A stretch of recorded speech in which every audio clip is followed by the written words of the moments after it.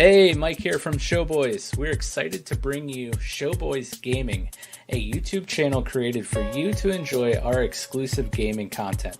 Anything from live streams to gaming videos will be found here.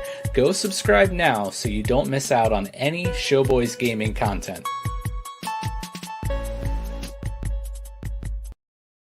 Hi, I'm Becca. And I'm Mike. And we're the Courtneys. We're the hosts of a new marriage and relationship centered podcast called Couple Conversations. We're not here to give marriage or relationship advice, but instead we're just going to have some honest and thought-provoking conversations about our relationship. After 10 years of marriage and the chaos of parenting, business ownership, and being content creators, we thought it was important to focus on dating each other and keep the spark alive in our marriage. So when we're old and wrinkly, we still enjoy each other's company. Each week we'll be going through a series of questions to have honest conversations about our relationship, as well as occasionally be joined by other couples to hear their stories and advice. We just want to share the things that we've learned along our journey and remind you all to continue to date your spouse. So join us every other Friday at 8:30 p.m. Eastern Standard Time, beginning October 8th, and join the conversation. Hey, Nick from Showboys here, and I want to invite you to become a member of the Showboys Discord. Our Discord is the one-stop shop for all things Showboys, from announcements to fun conversations, and of course, memes. Come get to know the Showboys staff and our growing community of pop culture fanatics. We have something for just about anyone.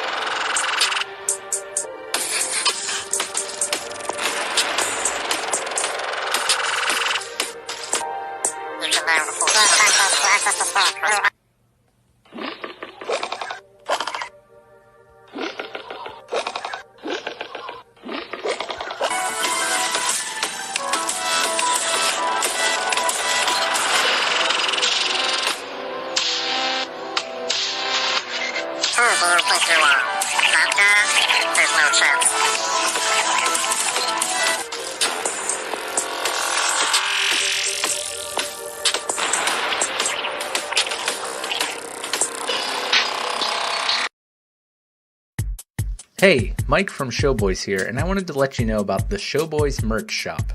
Go check out our classic collection featuring our classic Showboys logo. You'll find a variety of products ranging from phone cases to tumblers and coffee mugs, and of course, t-shirts and hoodies. Head over to linktr.ee/showboyspodcast for the link to the shop. So what are you waiting for? Head over to the Showboys merch shop, help support the podcast, and grab yourself some Showboys swag.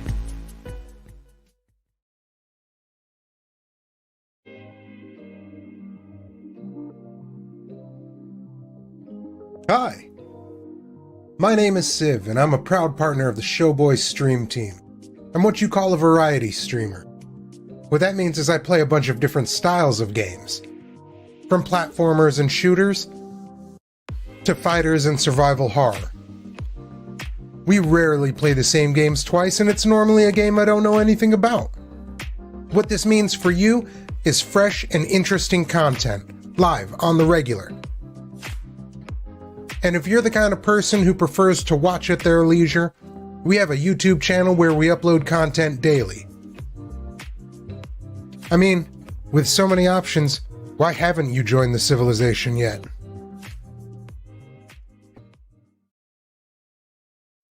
What's up, guys? Chad from Showboys. Just wanted to remind you that we have officially launched our Patreon. Head over to Patreon and check out the exclusive content offered for each tier. From the ability to recommend a topic for the show, exclusive Patreon-only episodes, the chance to appear on an episode as a guest, and much more. With tiers starting at only $1 a month, you can help support our growing community and help us continue to bring our amazing content directly to your lovely little ears.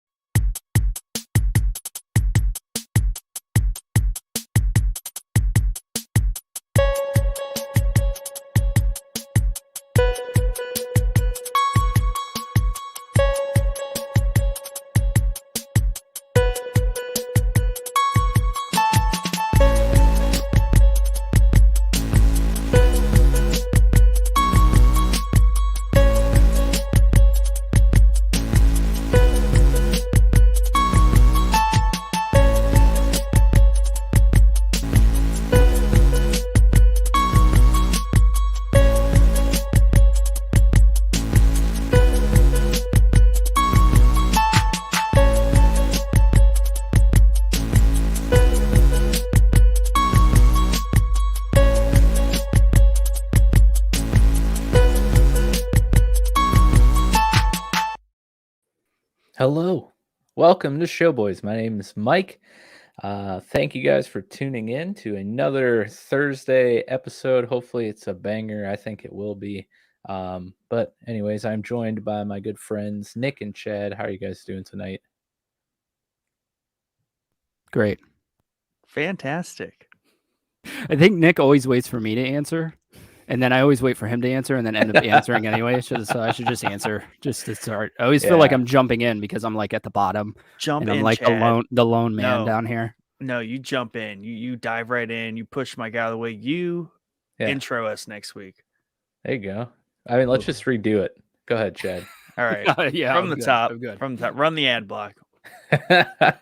Yes. Yeah, another Thursday. I'm kind of like I was getting the broadcast ready and I was typing in the episode title and I was like, holy crap, this is episode 78. That's That's a wild. lot of episodes. Creeping up on Yeah. 100. Getting up there, man. And I was also thinking earlier today, like we're like a year and a half old now. We started in September 2020 and now it's March 2022. So that's a year and a half. That's crazy. Anyways, enough of that. Enough reminiscing. We're here to chat about something we've never chatted about before on this show. And this so, yeah. this will involve zero reminiscing also. So Yeah. Right. Zero. And I'm sure this concept has never been done anywhere on the internet before, ever. No. So ours hasn't. Well, yeah, true. So there is some truth to that statement. But yeah, we're here to bring you guys the Showboys Star Wars movie tier list. We were supposed to do this last week, but unfortunately, Chad was down with the sickness. So we had to. I told you, Nick, I got to figure out a way to work it in as often as possible. You did it. But yeah, Chad was out. He has awoken from his fever dream. So we didn't want to do this episode without him because he's a huge Star Wars fan, and it just wouldn't be right to have an episode like this without Chad or Nick. I mean, you guys could totally do it without me, but we couldn't do it without either of you. So here we are. We got some input from our Discord members, so looking forward to looking at that. And I'm sure that there's going to be some heated debates here because this isn't like personal tier list. We have to come to an agreement as a podcast, much like we did with the Nolan power rankings. That was fun, so we wanted to do it again. Yeah, we totally came to an agreement. Yeah, I remember that. Yeah. There's no debating going on in that episode at all. This should go relatively smooth because of a unnamed missing member. Starts with a J. Ends with Gordon. No, as I'm looking at my tier list, there are like certain points that I get to where I can almost hear him complaining about them, like audibly hear him complaining. Yeah, that would have made for a really fun and interesting episode for sure. I mean, I think Joe's here to yell at us. That's right. I think he's gonna be shouting from the sidelines a little bit. Maybe. Who knows? Ugly kid Joe Cross. I always feel bad saying your name, like especially when I was talking to Nick in Discord about you actually. Yeah. Ugly because I didn't type out your entire name. I was like, yeah, you know that ugly kid. Yeah, I was like, how do you what? feel about And I'm ugly like, no, that's like his name in Discord. Dang, dude, shots fired. I don't know who yeah, I mean, I think about. it's based off a band, right? Isn't there an Ugly Kid Joe band? Pretty sure. He says I'm already raging. Well, you're in Just for wait. a long night. But thank you for joining us. Appreciate it. And anyone else out there who's tuned in the live stream, feel free to comment in along with us. We always love throwing your comments up on the screen here. There it is. We've been missing it for so long. Now my heart is complete. Welcome back, Underfunded. We've missed you around these parts. Yeah, feel free to comment in whatever's on your mind. Let us know. We'll throw it up on the screen, talk about it. It's always fun. We love interacting with you guys. But before we get into anything, we have to shout out our top tier patrons, Tim B and Yusuf H. Thank you guys so much for your support. And I wanted to shout out all of our new Patreon members, patrons, so to speak. We've had quite a few join up in the last couple days. We really appreciate that. All of your support really means a lot to us and helps us be able to create the best content we can for you guys. If you're interested in becoming a patron, checking out what we have to offer over there, go to patreon.com/showboyspodcast. We have 4 different tiers starting as low as $1 a month. Just as Chad said in our lovely ad block. Yeah, lots of cool stuff over there. Go check it out. If you're able to support us, please sign up today. If you're not, we're just glad you're here watching along. We just hope you subscribe. Underfunded says, miss you too, boys. We also have a merch shop and a Patreon, or obviously Patreon, I just said that, but we have a merch shop, link in the episode description. Join our Discord. All that's out of the way. Before we get into the tier list, we have to talk about what happened yesterday. Was it yesterday or the day before? Yes. Yes. It was yesterday. The Kenobi trailer. Yeah. Can we put it up? The Kenobi movie. Sure. Let's put it up on the screen and watch it. You guys tell me your first impressions. I'll find it on YouTube real quick. Yeah, go ahead. Get that ready while you guys tell me your thoughts. My first impression is that it is incredibly detailed and it's like a movie. I thought I was watching a movie trailer. I kind of wish it was a movie, you know? I feel like this would be a story that could be put in a movie, but they're going to throw a ton of Easter eggs and just like a ton of probably connections to a lot of different stuff, which worries some people. That's rare coming from you, though. What? That you want a movie instead of a series. Yeah, you're like the series, dude.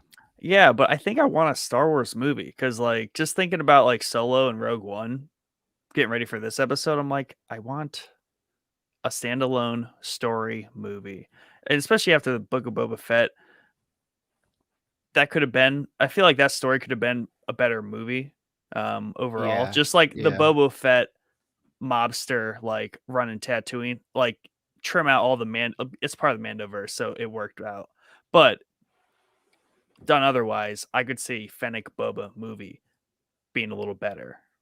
Yeah. So I'm just getting the itch for a Star Wars movie. And per the shot I just sent you guys earlier, 2019 was the last time we got a Star Wars movie, so we'll be, by 2023, if that's when Rogue Squadron comes out. Apparently, I mean it's a long time after 5 years of one movie every single year. Right. Yeah. I agree with you. It seems like Obi-Wan could lead to a standalone movie. We'll see though. I think it would have been smarter. We'll see. I haven't watched the show yet, but I think it would be smart to tease him and Vader fighting and then save that for a movie because I want to see them on the big screen again, right?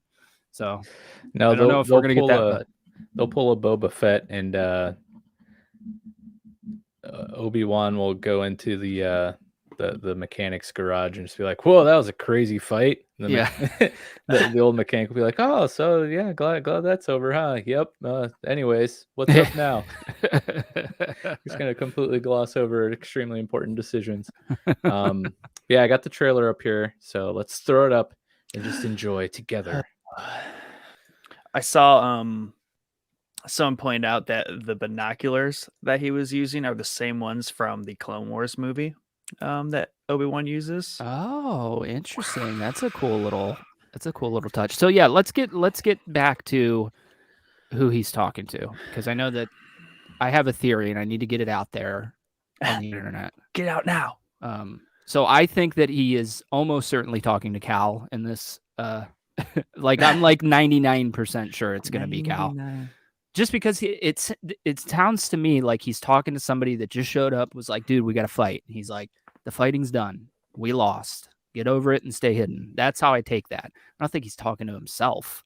Like Obi-Wan's not talking to the wall. Like, yeah, fighting's done. Well, just we looking lost in the mirror. Yeah, but throughout the trailer, though, he's like avoiding conflict and he doesn't wield his lightsaber. Right. I feel like he's like checking on Luke one last time before he dips because the Inquisitors are there, but he's trying to talk himself, be like, "We lost. Do not fight."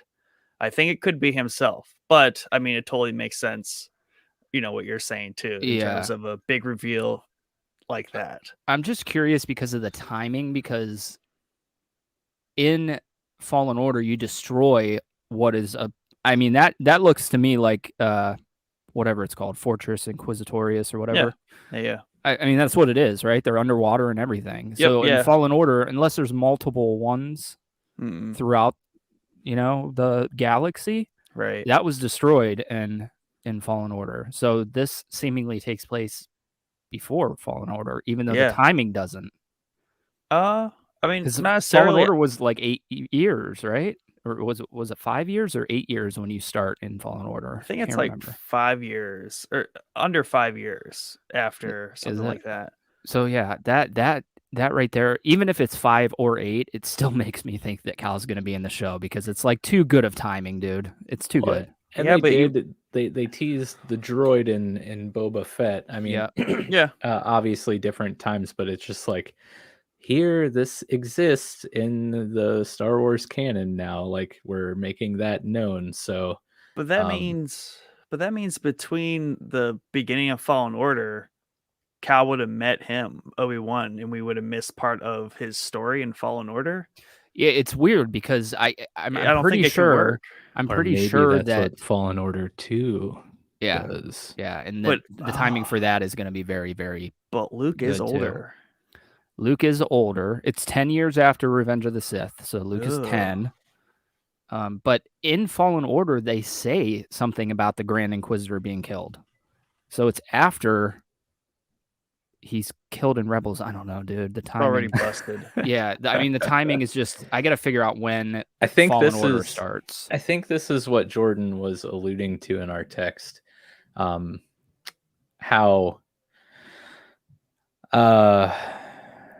Even though they keep creating some pretty amazing content and amazing stories, we'll get to Underfunded's comment here in a second.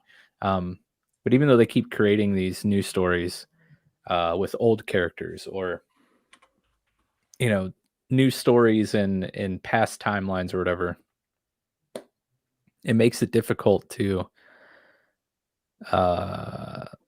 sometimes tie in or like not undo something that has already happened, or not make something happen that makes people do exactly what we're doing here. Like, but wait, he died, but that's such a this game, or so it's not like I don't think it's as big of a deal as he makes it out to be. No, it's not. I think it does make it tricky. I don't think it does. I think that the people that are doing these movies have a grasp on this stuff better than we probably do. You know what I mean? Because they're doing it. So, Fallen Order takes place 5 years after the end of Clone Wars. And this is 10. So this is 5 years seemingly after the start of Fallen Order. That's weird. It is weird. But that, because it makes it seem, we don't know when Fallen Order ends, right? Because they make it seem like it's fairly quick, like a span of months you play through the entire story. So, I don't know. When's Rebels take place? Rebels is the last 5 years before A New Hope. Okay. Because basically, there's 20 years from 3 to 4. And Rebels is in the 4 years before ABY starts, which is after the Battle of Yavin. Each season's like a year, so the first season would be around year 6, year 7. Yeah. So dude, the timing's too good. I'm sorry, it's perfect. But it's not. Fallen Order takes place before Kenobi. Yeah, it does. But that's just, I mean, Cal doesn't die in the game. Show up. Cal to show up. But like the Inquisitor thing is like really throwing me off. Yeah, the Inquisitor thing is very, I think maybe we'll see. I think that we're going to see flashbacks maybe of the Grand Inquisitor. That would make the most sense here, because we also see the fifth brother who didn't show up until after the Grand Inquisitor. died in Rebels, he came out. So maybe the fortress never like completely fell. It was just the under like a wing of it or something. Yeah, that's definitely the case. But the Grand Inquisitor thing is interesting because he should seemingly be dead. But he died in Rebels. Yes, but he's alive in this, which is 10 years after Revenge of the Sith. No, Rebels is after this. Yep. Oh, Rebels is after this? Okay. Yeah, so Fallen Order is the 5 years after Revenge of the Sith. This is within the 10-year block before Rebels. Then Rebels is 5 years leading up to A New Hope. Okay. Because technically Rebels goes into in the epilogue the fall of the Empire, so like skips over over the 4, 5, and 6. Yeah. So what's your hang up with the Grand Inquisitor then? Then it's perfect in that timeline. He's alive. Yeah. No, perfect. The fortress is what was throwing you through a loop. Yeah, that makes sense. I mean, here it could be just another fortress. Let's be honest. Yeah, that too. But let's talk about the Inquisitor, because I'm not sold on the Inquisitor. I got to be honest with you. He's one of my favorite. He's up there. He's like maybe top 3 character of all time for me, which is weird to say because he's only in a single animated season. But I just love the dude, man. I think he's so cool. So I did I screamed and jumped out of my seat when I saw the Inquisitor. Then on subsequent watch throughs of it, I was like, man, like, dude, I just think the voice actor who did it in Rebels would have been a way better looking Inquisitor. This guy just, I don't know. He's got too round of a head or something. I understand that we're trying to transition animated stuff into live action. I get that. Yeah. But I also like, I don't know. It would just be so cool to have the voice actor play him because then he could do the voice. Yeah. And that dude's that Oscar, I think, is it Oscar Isaacs? Let me look real quick. It's Oscar Isaacs, I think. He is an actual actor too. So it's like almost too freaking perfect. And I think the age would have been more appropriate too, because I always take the Inquisitor. He's like older. This guy looks like Rupert Friend. He looks like excuse me. That looks like Leo. That's the one that's playing him. Yeah. Yeah, he's Hitman in the second he's Agent 47 in the second Hitman movie. So I don't know. Just the casting step up there. Yeah, for sure. Yeah. Before we get any further into anything, I think it's about time for at least my own personal use. Chad and Nick need to sit down and create a visual Star Wars timeline. Yeah, we need it a lot on this show. With the movies, the shows, and the games that we consider canon, which at this point is only for me is just Fallen Order. Well, and Battlefront 2, I think they're considering canon. Okay. It's not Oscar Isaacs, that's Poe. It's I was gonna say Jason Isaacs.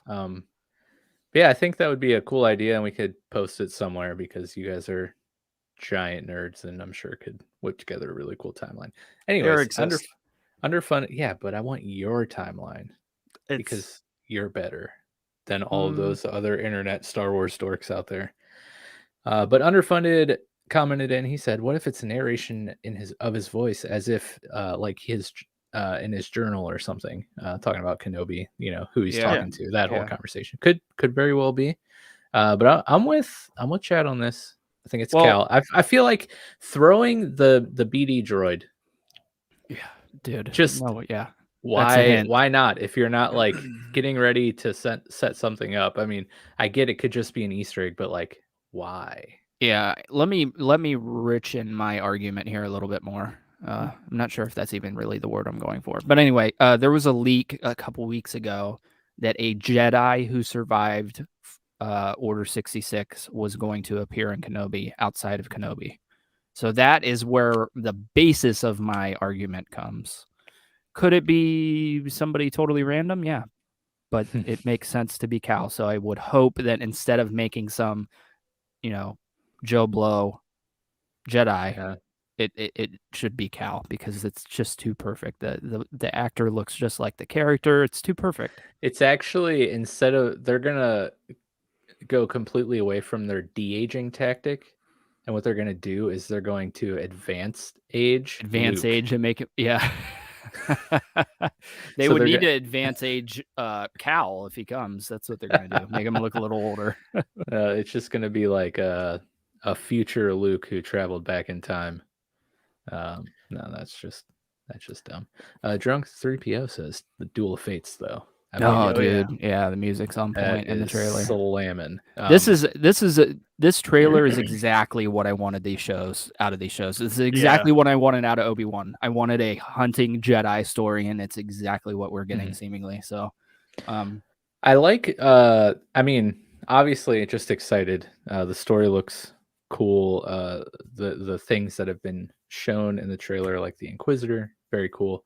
But to Nick's point, like, I love how cinematic this looks, and this kind of also goes into Andor, which is what I'm also very stoked about that show. But it's like, I forget where I read it, but I read or heard in like a teaser for Andor, they were just like, yeah, we're basically making a movie series. Like, we're taking every approach as if we were filming like a cinematic experience, which is evident in the footage, the very little footage that was shown of Andor, and very evident in what we see in this trailer here for Kenobi.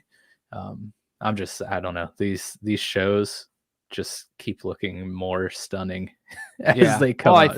I think as they continue to come out, they're going to start pumping more money into it. So if you go back to Mando season 1, you can tell that it's not the highest budget show ever, right?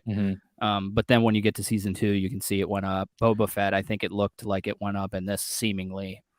Well, they're getting so much better with that tech. Mando season 1, that was brand new technology, and now it's being used all over the place, and it just looks so good because it's combination of like a video game engine on top of like a real virtual reality set. If that makes it's so crazy. Yeah, for sure.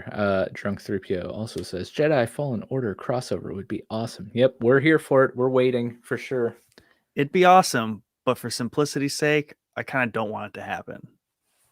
Get out of here, Rit. Get out. Like, I just want that to be narration to himself. Like, that's just cooler. But really, it's just going to be Mace Windu, which would be Jordan's all-time favorite scenario. It's just like a cameo. It's just like a drunk, washed-up Mace Windu who's just like down on his luck. Well, let me at him. Well, I mean, it does look like they're on Coruscant, so maybe he's just like scrumming it on the streets of Coruscant, and he runs into him. He's like, "Holy crap!" I heard that that's not Coruscant, and it's a new planet. I thought the same thing. That's fair. I heard it's a new planet. I don't know where it is. I'm just glad we're not on the sand dunes. Yeah, it better at be least like for a second. First half of like the first episode better be on that dirt planet, and then we better get off of it. Well, yeah, I agree with that, but I need a good reason also for him to leave, you know. And it might be the Inquisitors are there, but that doesn't make sense either, that the Inquisitors would be that close to Luke and everything. So well, they're there and they're interrogating like the locals, and Owen is standing there. Right. So right. Obi-Wan's probably like, crap, I need to like get out of here, because they're like definitely going to be on to me. And then once they get him, they're going to get Luke. So he's that's probably a good point. Yeah, that's because they're obviously there to find him, because Vader's probably like, he ain't dead. Like lynch him. Like, I want his head. There's been some pretty great memes. Let's see. I think I posted some in Discord. He has my real arm and legs. The leaked scene from new Obi-Wan series, and it's Kenobi roasting a marshmallow over Anakin's burning legs. Sounds terrible.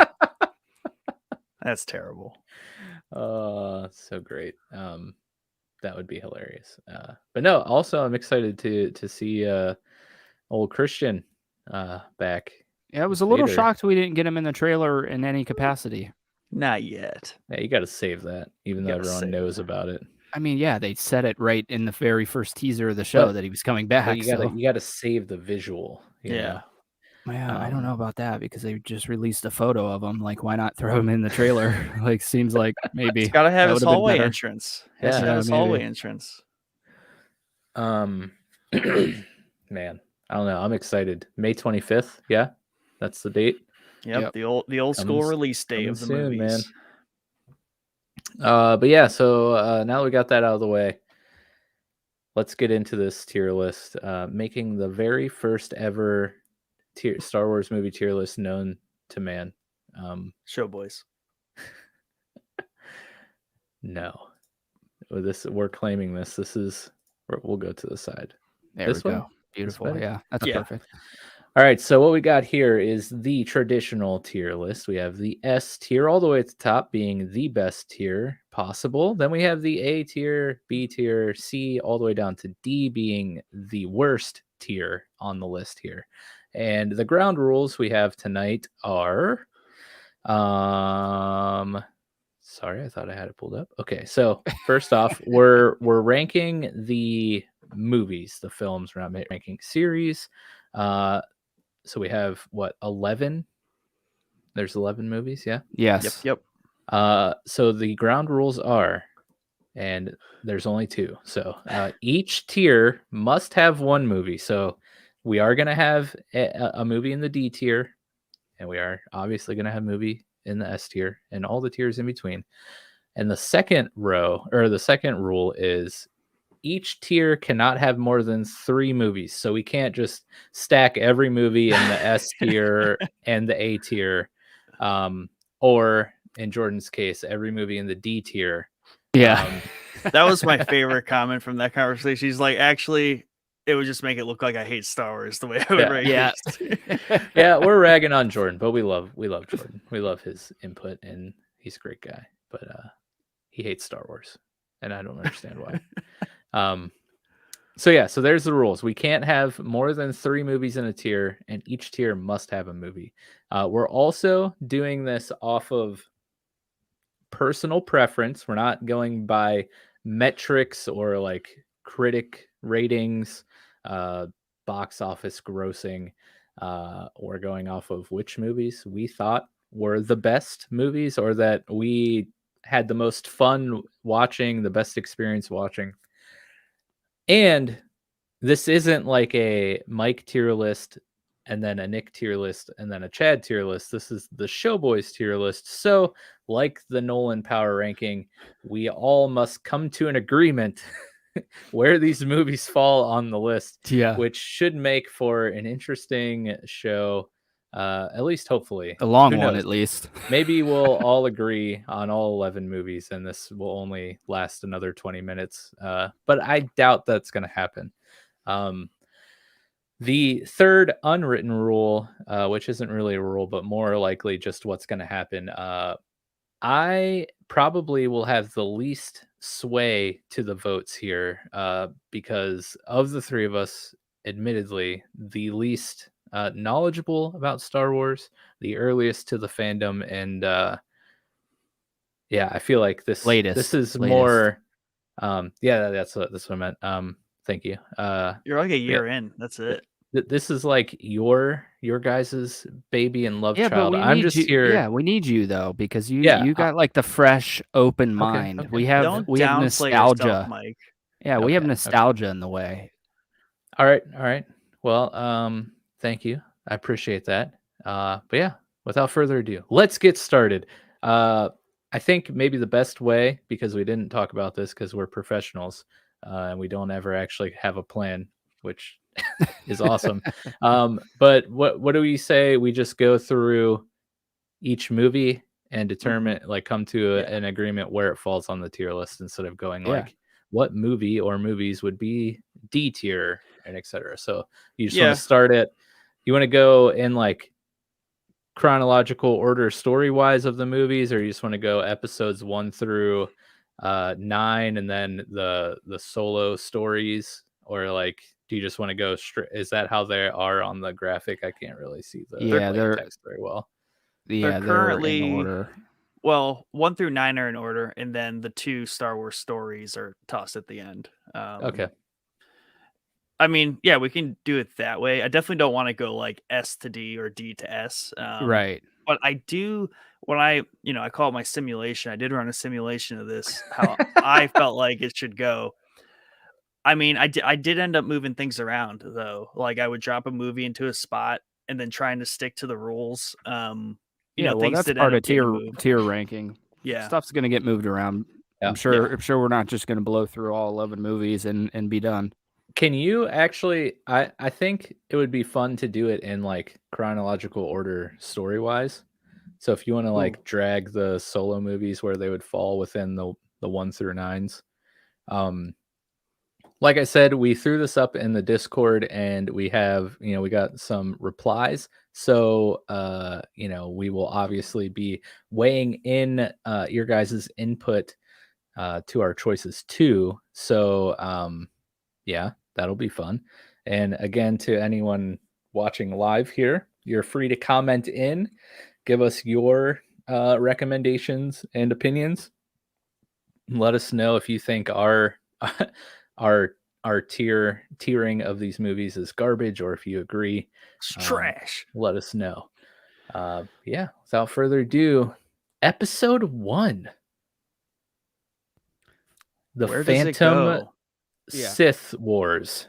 So I'll start here because this is a lone tier for me. It's obvious D tier for me personally. Unfortunately, I do want to point out that I do like a lot in this movie. I love Qui-Gon. I love young Obi-Wan. I love the whole Anakin stuff. Darth Maul, in my opinion, should have been the villain through the entire prequel trilogy. I think he's great. We're upping the ante with the lightsaber fights. Like, we're seeing Jedi and Sith in their prime instead of washed up old men. There's a lot I like in this, but there's also a lot that I really dislike in it. And it's mostly all the political stuff. And Jar Jar is just absolutely atrocious. Even now, when I watch it, like, I just can't stand him. But that being said, it is actually not the movie that I always skip when I rewatch these. And I literally just rewatched these like in the past month. Wow. So not Impressive. the movie that I skip. And I think the one that I skip is going to shock a lot of people. But wouldn't the movie you skip be in the D tier? No, because I think that I definitely like it more than a Phantom Menace. But it's just, I think it's because of where it is story-wise is why it ends up just getting missed or avoided, or I run out of steam watching all the movies. So yeah, for me, that's my money on Phantom Menace. Okay. All right, Nick, let's hear your thoughts. So I definitely petitioned for it to not be in the D tier. I would say the politics and Jar Jar are by far like or zero problem with those at all. I've always liked Jar Jar. Jar Jar is a non-issue. I don't know why people have a fit. So Nick is now on the D tier himself. Yeah. As a person. Yeah, I mean, no, just kidding. Yeah, I don't want to be responsible for like sending someone into like a great deep depression. Like, that dude had issues for how mean you guys were to him. Yeah. Jeez. George got ridiculed for it. Basically, I mean, never mind. I won't go there. Okay, so where you petitioned it to be then? Definitely not D. I mean, it's at least C. I might have to move it, and it'll probably drop, but I want to put it in B for now. It's not S, it's not A. I feel like B is where it sits for me. Yeah, I agree with you, Nick. Actually, I was going to say hovering somewhere between B and C. I find Jar Jar highly annoying, and really not a fan of him in the animated show, and he popped up too. But I do love I love the politics of the prequel series. That's always something that I enjoy. I really love Maul. I think he is one of my favorite Star Wars characters. I agree with you though, Chad, that he was very underutilized and basically thrown away, like such a great character thrown away. So that might put it in C tier for me, just the use of such a great character like Maul, which was like nothing. There was no use of him. Right. But I do appreciate the politics of it and getting introduced to the Star Wars politics. So I guess now that I talk about it, my vote would be C tier. Yeah, I'd be willing to bump it to C tier, just based off the lightsaber fight alone. Oh yeah, to be honest. the lightsaber fights are fantastic. Yeah. Lightsaber fights, the music. I mean, outside of Oh, yeah, episode great. 3, the music is probably the best. I mean, without like directly ranking the music in all the movies, but I mean, all of that. Right, Yeah. right. 1 and 3 have like the best scores. Yeah, I agree. I agree with that. This does not go into our rankings at all, but since we all have thrown out our tier recommendations, according to Rotten Tomatoes, the tomato meter gave this a 52% with an audience score of 59%. So not really, widely beloved Yeah, by so I critics think that, or audiences. right. I think that goes for probably our age, because I was young when this movie came out, and I think that's why it. I mean, even though I put it in my D tier, I do still enjoy this movie, and I definitely enjoyed it far more when I was a child, seeing it in the theater, than I do now as an adult. But I think the people that pushed back on this movie so much were the people that were like in their 20s when it came out, 30s, the people that grew up with the original trilogy, which sucks, but because you're gonna see, I some of these movies rank pretty high for me personally. So from the perspective of if you were to have seen 4, 5, and 6 in theaters, you're of that age. Yes, I would probably feel the same way about episode 1. Right, because it's it just jarring. feels so different. Yeah, it's jarring. It's jarring. You know what I mean? Like, jarring. So I hope it. I hope it rests here in C. That's where. Yeah. I'm happy with it in C. So I think we all agree, which is cool. Perfect. Now, was no, Anakin wasn't played by Hayden Christensen. No, he was played by till episode 2, right? Because he was pretty young. Yeah. That's right. Okay. Another unfortunate case of child acting gone awry. Right. All right, so that brings us to episode 2, Attack of the Clones. So for me, I would say still not my favorite or the strongest of the prequel trilogy. But we do see, an older Anakin and Kenobi. We get to see, the start of their relationship, which is a plus to me, even though movie Anakin, as compared to animated Anakin, two completely different characters, and like kind of movie, live action Anakin, a lot more annoying and whiny and angsty than animated Anakin. Yeah. But nonetheless, I still enjoy Anakin here in this chunk of time between here and episode 3. But again, it's not as strong as some of these other movies. So I might also personally probably stick this in the C tier, but I could be swayed to change that. So, Nick. Okay. Looking at these movies all lined up, I really might have to put it definitely in the C, but it might have to be my placement for the D tier, because it's unfair, because I haven't watched the sequels enough to know how many what parts I skipped through, but for sure Attack of the Clones has the most skipped scenes. Yes. And like the most like, I just want to watch these parts and be done with it.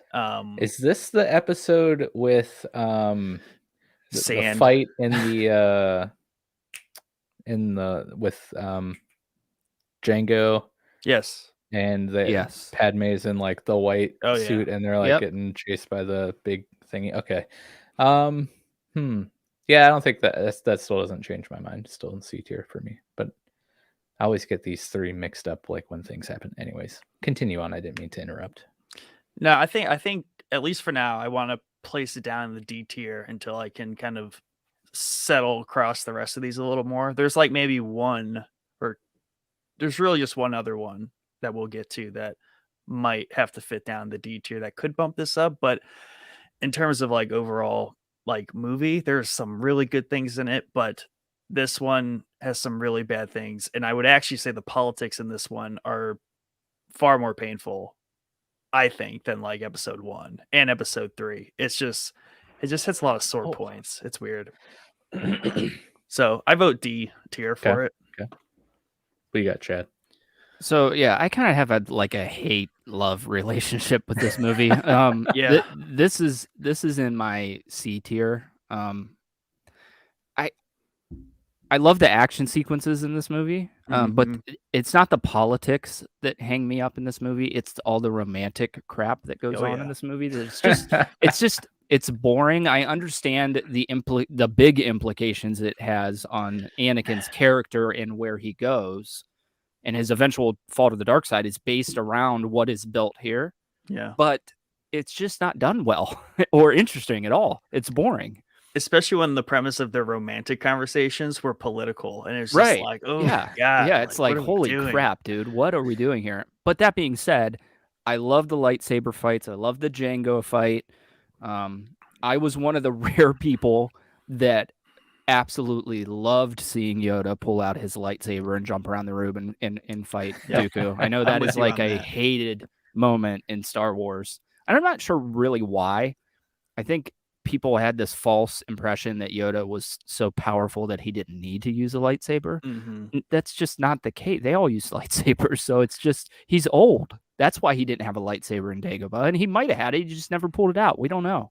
So when I hear people say like, "Oh, he was so powerful, he didn't need a lightsaber," they never even said that in any of the movies. You made that up in your own head. That's a fan theory. Yeah. So I didn't know that was a thing until like the past 5 years. Yeah. That people didn't like that. Yeah. I mean, I thought it was great. I thought the whole sequence was great. Yeah, it's stated that he's like what, top 3 swordsman? Yeah. In the temple, right? Out of like Mace Windu, Obi-Wan, and like Anakin. Yeah. They even say it. Well, I mean, I think they say it in Attack of the Clones. You'll rival Yoda as a swordsman or something to Anakin. So they're setting it up. But yeah, I mean, it's just the politics and the love stuff going on at the same time. I think the slaughtering of the Sand People is fantastic. Yep. That whole sequence is great, but I will say that Hayden's acting is by far the worst in this movie. Out of and I think I don't really know why, because he's not a bad actor. So I think it's the green screens that really screwed with the acting in these movies. It's got to be difficult to act in a green room versus being somewhere and knowing where you're supposed to be at and that kind of stuff. So I think that's what really screwed with him. I think he checked it a little bit in the next movie, but yeah, it's just there are sequences here that I could have acted better, to be honest with you.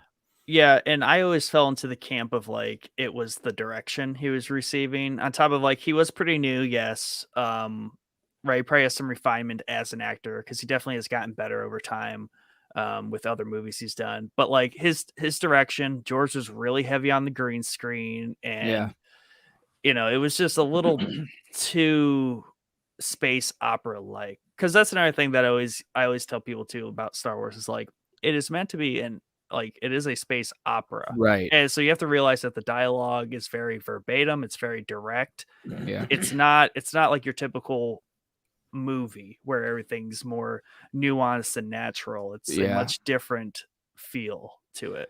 Yeah, I agree with you. There's really only a couple of scenes that his acting just does not land at all. It's the scene after the Sand People slaughter when he's talking to Padme, and then it's the scene when he first starts talking to Padme about Obi-Wan. He's like, he's overly critical. He doesn't understand. I'm like, geez, bro, I could have done that line way better, but you know, whatever.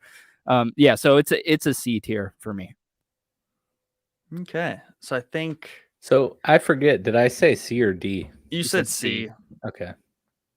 I'm cool with that. It could always be moved down for We'll me. park it there. I feel like we might move it down once we as we get going here, because we have to fill that D tier with something. That's Something's true. got to go down there. So Nick, we've each started with a movie or started an episode. So why don't And you're getting the good one. I should have let you go on episode 1 first. We didn't plan that because we don't plan anything except the 2 rules we did plan. So wow, I get Revenge of the Sith. Holy crap! Excuse me. Holy crap! So I have to match it color wise. It just has to go an S for me. Yes, that's my very reasoning. aesthetic over here. Red for red. Like it's dark. It's good. All right. So like I said earlier, it's right there with Phantom Menace, probably overall, because of what is happening in the movie. Like its music score is just like off the charts. It's my most favorite intro to all the Star Wars movies, next to Rogue One. Rogue One is less than this. This one is my favorite, by the way. The space battle, just like bananas, and him and Obi-Wan just scooping in, just dead quiet with the drums over the Star Destroyer. Like I lose my mind every time. And obviously the implications of us finally seeing Anakin fall, everything that's been set up in the past 2 movies is like paying off. The political stuff, Palpatine finally comes out of the woodwork. Just so much happens, and it's literally the precipice of like the whole story. Because while episode 6, like, you know, is the climax, the end, the resolution to it, you know, this is the middle arc. Like it's the peak of the story in my mind. So it's the high point, I would say. And I'm glad we're doing this tier because I don't ever want to argue it against my other S tier movies. So I just want to kind of camp it with its friends up there. What about you, Chad? Yeah. So ironically, this is in my S tier as well. Yeah, I absolutely love this movie, man. And in full disclosure, I asked both my boys before coming down here what their favorite Star Wars movie is, and they both said Revenge of the Sith. Good lads. So yeah, I just think it's a super well told and emotional ending to the prequel trilogy. Anakin in deep pain throughout the film. I think his acting is much better in this film through and through, beginning to end.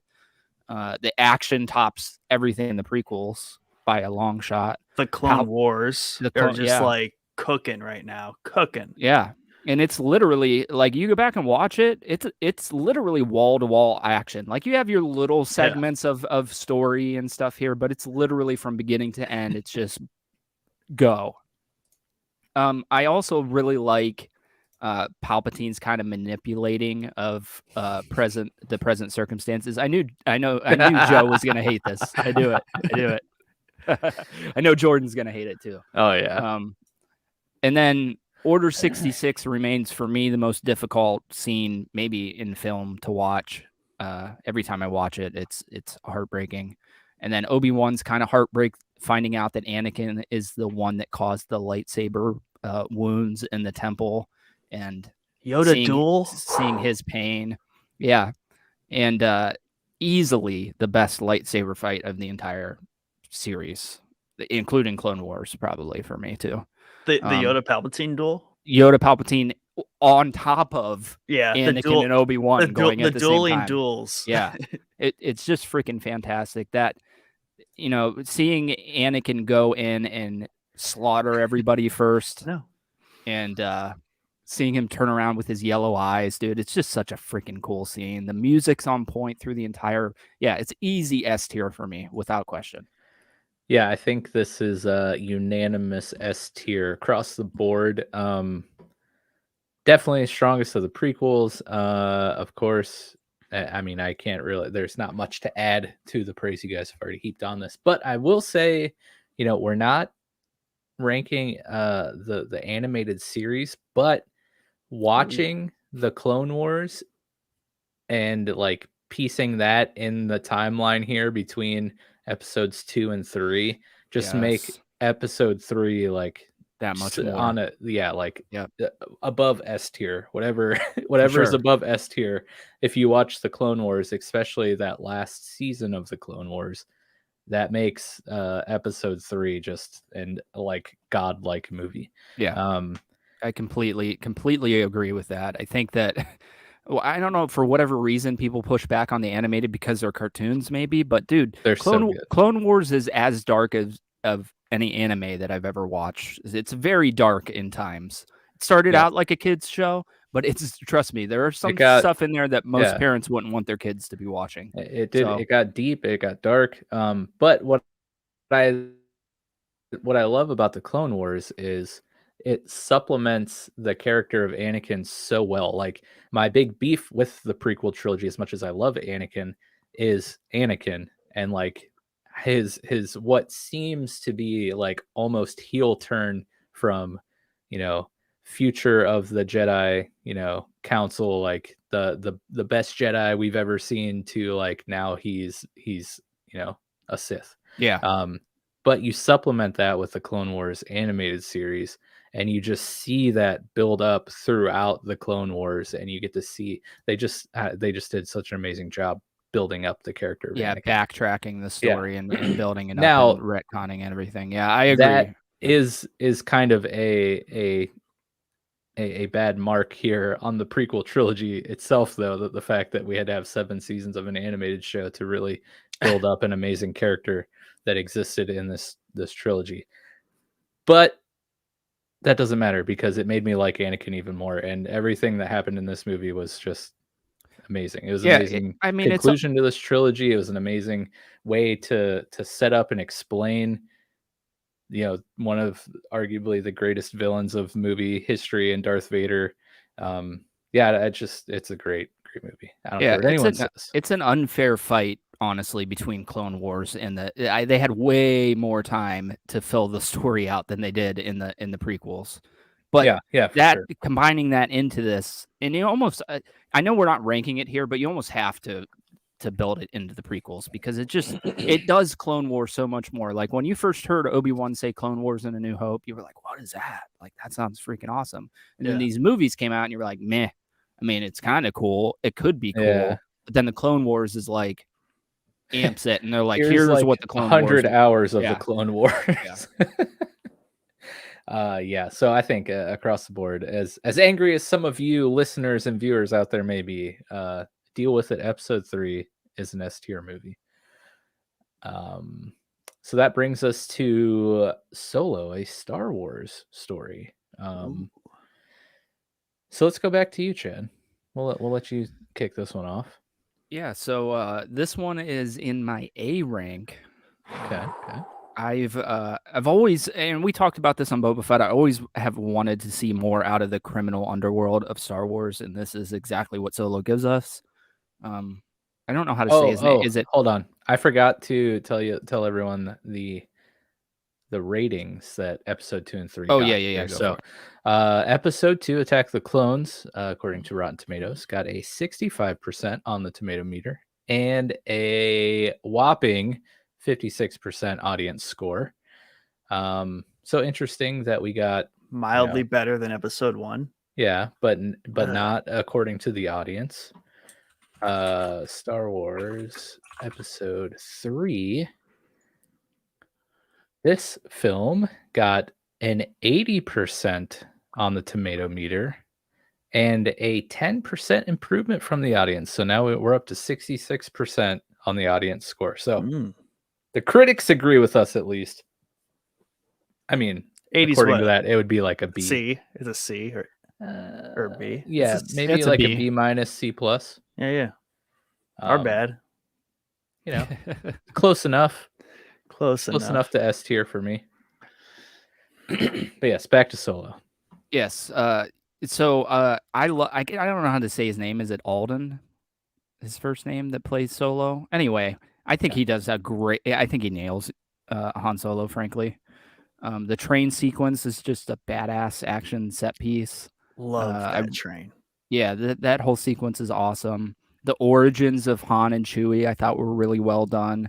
the main villain, I just love her design. Like, she's just badass, and she has that kind of like swoop bike gang feel to her. Memphis Ness, one of Memphis my Ness, yeah, definitely a like top tier like character. Love that character. Absolutely loved her. One of my favorite Lego minifigures. Oh yeah, I have her. That was one of the very last Galactic Heroes packs they put out, was for Solo. So that's I have her little minifigure. Cool design. I love it. Yeah. Donald Glover as Lando, I think he did a great job. Yeah. I got to be honest. I love Donald Glover. I think he was awesome as Lando. His droid is hilarious. And then seeing how Han won the Falcon and kind of outsmarted Lando, I think was also really well done. There's a lot in this movie that, like, when it got the hate that it got, I was like, dude, have any of you guys gone to see this movie, or is this just getting dogpiled because people are sick of Star Wars or something? Just dogpiled. I just didn't get it. It answers another kind of misstep from George Lucas in the Kessel Run, answering why. Because they use, in the original trilogy, they kind of use parsecs as a measurement of time through it. Like they did it in 12 parsecs. And they went back here and they showed that he took a shortcut to do the Kessel Run. That's why he did it in 12 parsecs. Parsecs is a measurement of distance, not time. So I know that was one thing that people always push back on the original. Like, that doesn't make any sense. But here they freaking fixed it, dude. And I love that. And they did that in Rogue One when we get to that also. So I thought they also ended it brilliantly, setting up a freaking cool continuation with Maul and Amelia Clark's character that I don't think we're ever going to see. Maybe we'll see it. Get that out of your mouth. I hope so. I hope that it comes. I would hope that it would be here by now. But yeah, dude, I every time I watch this movie, I can't find what people hate so much about it. So it's an A rank all the way. Go ahead, Nick. Yeah, so obviously everything Chad said. I would like to add, though, it's an adventure. The entire movie is purely an adventure that ties well into just capturing that Star Wars feeling, because it's, it starts off, they're on Corellia.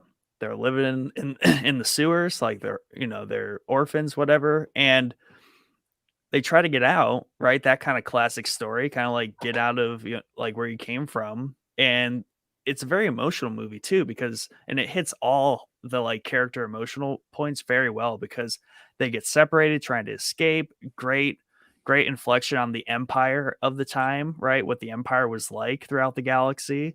And it just tells this really cool story and adventure. And then eventually he finds her again. The Valky's there, and we kind of learn more about the Valky just in general, right? And it kind of fixes things too. And this is why some people disliked it, because it was kind of like saying Han wasn't an ace pilot or something, because really the whole time in Star Wars, the Valky is smart. The Valky almost flies itself, which explains why Rey whips it like everyone else does, and everyone can just whip the Valky. Lando does, and his crew, because the Valky is a character. It's LL3, exactly, or LE3. It's like supposed to be Leet or whatever. But yeah, I mean, the comedy's great. That's even awesome. With Woody Harrelson. I love his character in this. Yeah, so the Minbin scenes, like you, Chad, I can't really find anything wrong with this movie. And yeah, I mean, as far as like rewatchability, I mean, it's definitely up there in terms of ones just to put on, and I can get stuck watching it. So I'm gonna agree with you. Color coded A tier. Yep. Hey, I think episode 1 also kind of matches the coordination there. Wow, that puts 2 in B tier. In B tier, yeah. I was going to say to throw this in the B tier for myself, but I think just the inclusion of Maul there, those last few minutes, put Maul in it, Mike A tier for me, because Maul is such a cool character. And again, supplementing it with the animated stuff and then seeing him return here in live action, it just would be so cool to see that story continued there. what's her name? Is it Akira or Kira. Kira. Yeah. Even her boss, the leader of Crimson Dawn, before she takes it. Yes. And just not the, I'm gonna let you finish, Mike. But first,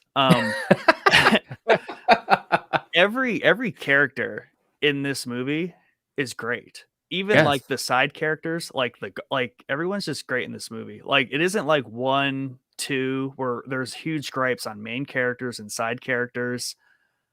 Everyone's just the movie's just polished. I just feel like. Yeah, I agree with you completely. Yeah, getting to see the forming moment of Chewie and Han's relationship was also super cool, like how they met. It's cool to see origin stories. I like seeing where these characters that are so popular from the original trilogy, like where they came from, right? So yeah, for me, I mean, also a newer Star Wars movie, so visually is a beautiful movie to watch. And yeah, kind of like Chad, I don't. Maybe it's because I'm new to this fandom. I just don't. I don't understand why it's so hated. Yeah. It's it's a fun movie to put on. I mean, it's at the end of the day, that's what it is. A fun watch of, some criminal workings there. Mike, Yeah, I don't know. A one of tier for me. our old coworkers that used to work in the office adjacent from me, and Mhm. he's obviously one of those original Star Wars like gatekeepers. Mhm. Like he said the whole like the moth thing lost him with like the giant like space squid, blah blah blah. I love that sequence and scene, one because it's the Kessel Run thing, but and this is something I keep thinking about like Star Wars too, is like I feel like people try to put so much like definition on like the galaxy. And we Yeah. forget that this is an entire galaxy. And part of the fun of space, and this is something that Star Trek still leans into well, is there is just unknown things out there. There's crazy space whales, there's Right. crazy space squids, there's Yeah. giant black holes. Like don't make it so boring and just be like, Right. yeah, it's a bunch of Nazis and rebels, and Right. we're just duking out with like World It War is II fiction, tanks. believe it or not. Yeah, Yeah. believe it or not. So yeah. you could, Right. I don't know, have space squids. Yeah, Why not? I was actually watching a video about this, and it said something like the entire Kessel Run in real life, like with our knowledge of space, would have taken like 30 something years to complete. I was like, well, there you go. It's a free here. I like the space quiz. That entire sequence is awesome visually. Inside of the cockpit of the Millennium Falcon is so cool looking. The Star Destroyer like coming through the darkness is awesome looking. So yeah, I have no problems with that. It's one of my probably favorite scenes of the entire movie, to be honest. Nice. I'm gonna go ahead and take the next one here because this is probably my favorite Star Wars movie. And that would be Rogue One. So automatic S tier choice for me. This was so if you've listened to the podcast for any amount of time, you may know my Star Wars upbringing here. I had seen the original trilogy as a kid, and didn't really revisit it at all into adulthood.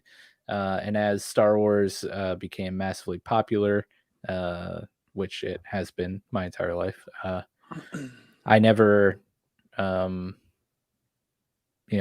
entered into the fandom, bothered watching the movies. I thought, I was an anti-Star Wars hipster. I didn't want to like it because everyone else did.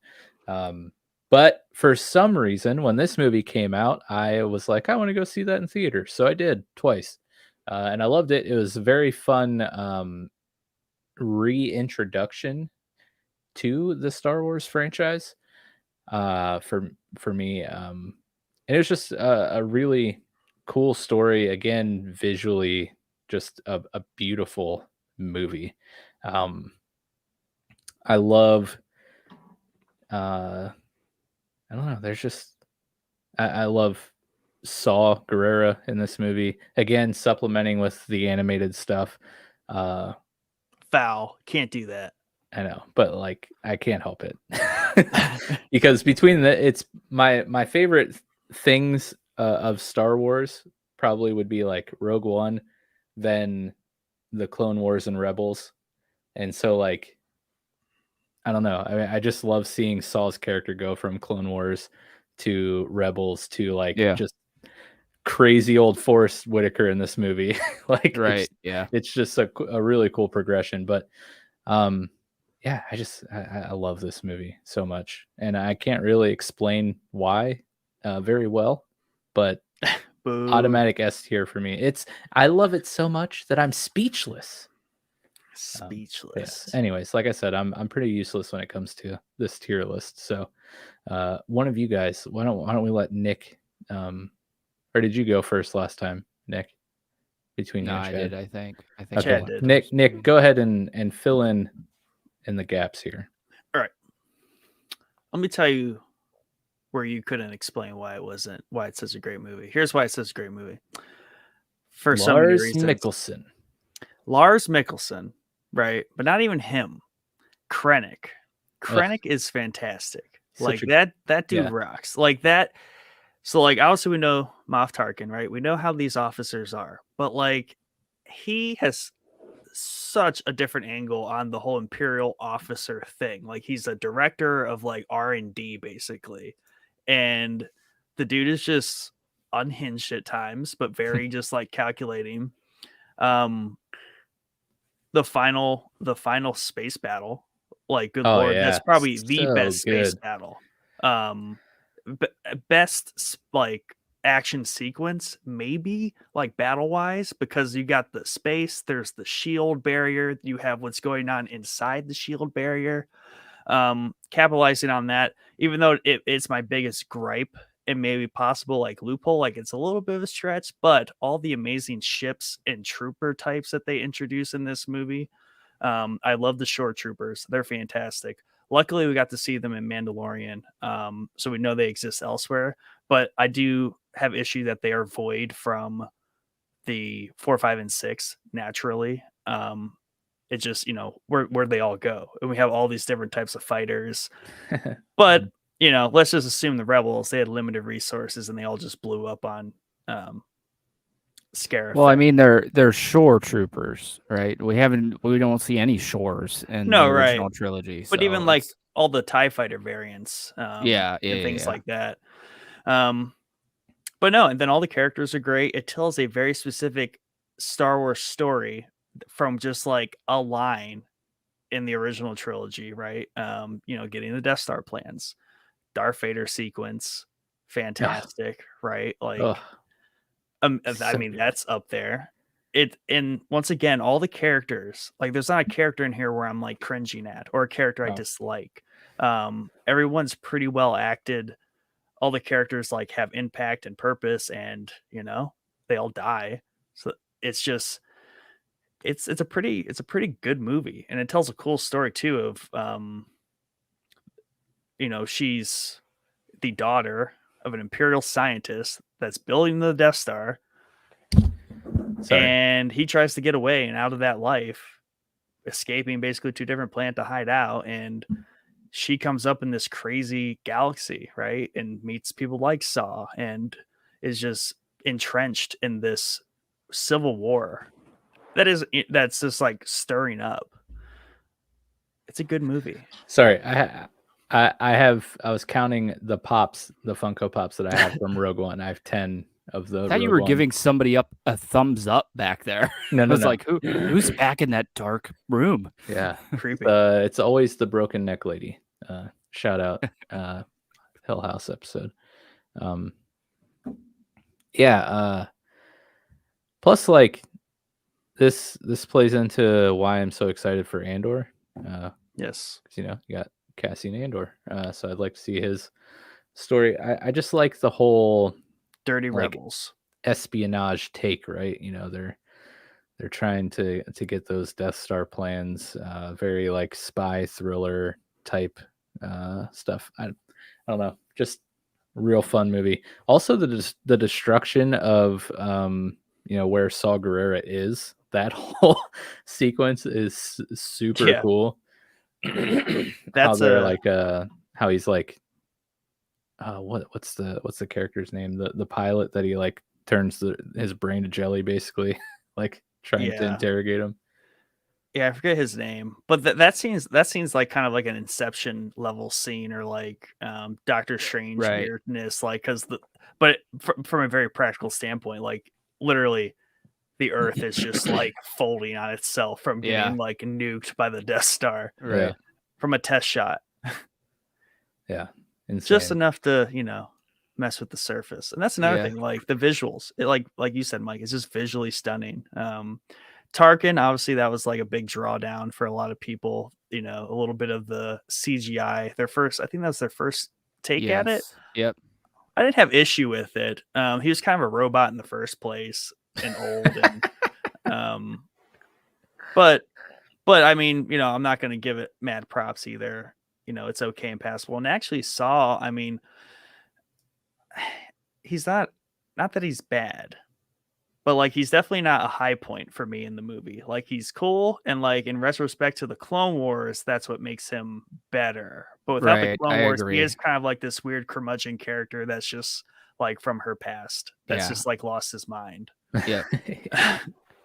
So you're going. So where are you going rank wise, Nick? I guess I never said that. Man, he spent all that time and didn't even give his tier.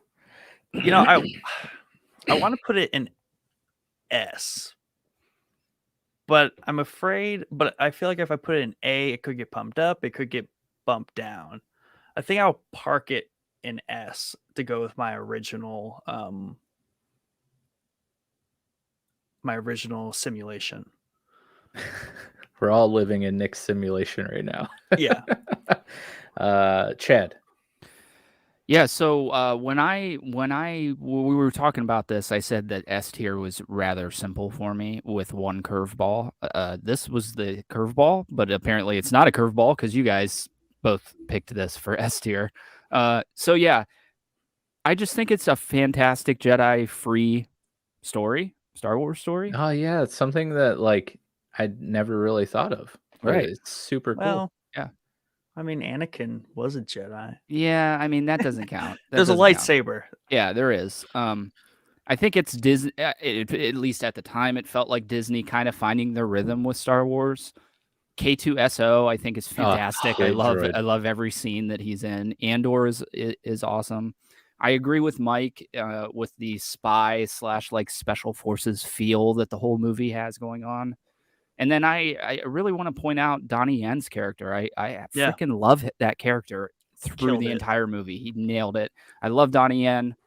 Every movie I've seen him in, I loved him prior to this, and then seeing him in my favorite franchise, it was like a dream come true, really.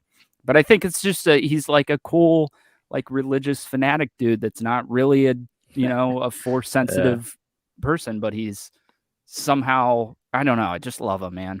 And then this he's again one of answers. The pops I have, by the way. Is he? Yeah. This answers another kind of stupid question from the original trilogy, which is why was there such a freaking exploitable failure in this massive Death Star, right? Just shoot rockets down this little hole and the whole freaking thing blows up. Makes no sense until you get this movie and it was placed there purposely, right? Yeah. So it's funny because it seems like with the Solo movies that they did, Solo and Rogue One, that they were like trying to answer some like obscure complaints that people had with the original trilogy. And then the Vader scene, that Vader scene at the end is what made me think that Star Wars would be such a freaking good horror. Like they made a horror Star Wars movie, because that whole sequence is a freaking horror movie. The hallway's dark. I mean, they're freaking screaming and running and getting slaughtered, and it's just so good, dude. I know that some people felt like they didn't need it. I didn't think the movie needed it at all, but it was like the cherry on top at the end, where it's like, I just watched a badass movie. Literally directly leading into episode 4. I mean, that's just amazing. That's perfect. That's a fun touch right there. It's really, really perfect. So I love that scene. I also really like, I can't remember the name of the big AT-ATs. They have a different name. They're not AT-ATs. They're like cargo versions of it. But that sequence where Donnie Yen's character hears it, and then you see it like through the fog, coming through the fog. Dude, the imagery there is just so cool. Yeah. So It's a freaking very cool. cool planet. Very, like Oh, you yeah. said, there isn't shores anywhere, but we get this like very Caribbean, tropical, beachy island planet. Yeah. That in fact has a very awesome Imperial base on it, which is where they store all their like R&D records, which is Right. cool. The vault scene was amazing. Yes. And also I love the ships of Star Wars, but the big cargo carrier ship with the 4 wings that they steal, that thing's awesome. I want one of those as a Lego set, but they won't do it. Just 3D print yourself one. Well, that's the thing, is like there are templates out there to make your own, but it would be expensive. So the Rotten Tomatoes ratings for Rogue One so far, the best across the board, 84% on the tomato meter and an 86% audience score. So did you do Solo? Yes, but I'll read it again. 70% tomato meter, 64% audience score. Okay. Maybe I didn't read it, but the page was up. Wow, there's a high chance I didn't read it. I'm surprised the tomato meter gets it that high. That's good for them. Yeah, good for them. Yeah. So here we are. We've made it to the holy grail of Star Wars, which I'm gonna let you guys drive this section because your voice matters, Mike. and Chad and I have to have someone to like help push the blame off onto, because already Joe's upset because we filled 2 of the 3 spots in S tier. So basically everyone at this point is like, okay, so S and A for all 3 of these, right? I don't know, we'll have to see. I feel like maybe after this section Joe just might disown me, even though we're not family. It might happen. He's family with Chad. He's still gonna find a way to disown me. Yeah. But yeah, what do you want to do, Nick? Chad, why don't you kick off episode 4? New Hope. Okay. Yeah. So this isn't okay. I'll wait for the rank. So this is like the movie that started it all, man, right? It's like the one that started everything. It gives us a cool introduction to what at the time was a fascinating galaxy. Obviously, it still is because we're still talking about it. I did really like going back and watching the very vast similarities between Akira Kurosawa's samurai movie, The Hidden Fortress, and this, which heavily inspired this movie, which I think is really, really cool. Introductions for iconic characters: Obi-Wan, Han, Luke, Leia, right? Millennium Falcon. It's like comfort food for me. However, it does not make S rank for me. It makes A rank, and I even kicked around maybe even bumping it down into B, but I couldn't just because it's like one of the movie. There's like 4 of these movies that I always go back to, and this is one of them. Like if I just want a nice little comforting Star Wars story, I go back to this. We get introductions to Darth Vader and stuff. It's just not a very complex movie when you look at it as a whole. It's a very, quick story, really, if you look at it. There's not a whole lot going on here. And I think that they thought this was going to be like a total flop back in the day. Like even Lucas was like getting advised, like, here, dude, this isn't going to work. Like, I don't know why you're doing this. And no one wanted it. Nobody wanted it all around town. Yeah. And it's cool that quite the opposite happened. So it's it's A rank for me. Okay. I'm glad you said A rank. And you even teased B because I have a very, very, very similar sentiment. I can't place it in S because I'm holding. Guys, we got the okay from Joe. He's fine with all of this so far. So okay. We're not completely destroying this. There's room for massaging. But yeah, so these ones are always tricky. I'm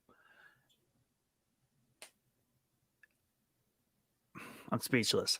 So it is the classic Star Wars story. It's ultra simple, almost to this point to its detriment. While it still does hold that simplicity is very valuable to it. There is so much great because this is like the Tatooine I like. Is Tatooine in this level of dosage. Whereas like other ones like definitely lean into it, the series mostly, but lean into it a little hard. But it's just a very humble introduction to like Tatooine, backwater planet in space, kid, old mentor, like the whole gambit. Like it has all those like tropes, and like George had a vision. This is kind of like the template, and obviously they reused it for Force Awakens to some degree, wide in part, like the elements. I don't give it S tier because I have something else that I want to put up there, and I do want to say it might slip in the B tier, especially once we kind of get into a few of these. But I really want to sit in A tier overall because one, the ending now hurts it because it was filmed to be like a one and done. Yeah. It does awkwardly kind of like, yay, we blew up the Death Star. Here's your awards, the big medals and hoorah, right? It just doesn't feel in place. Obviously, that's not fair to it because they had no idea it was going to blow up and right. be the craziest thing ever. Death Star, a lot of fun running around on the Death Star.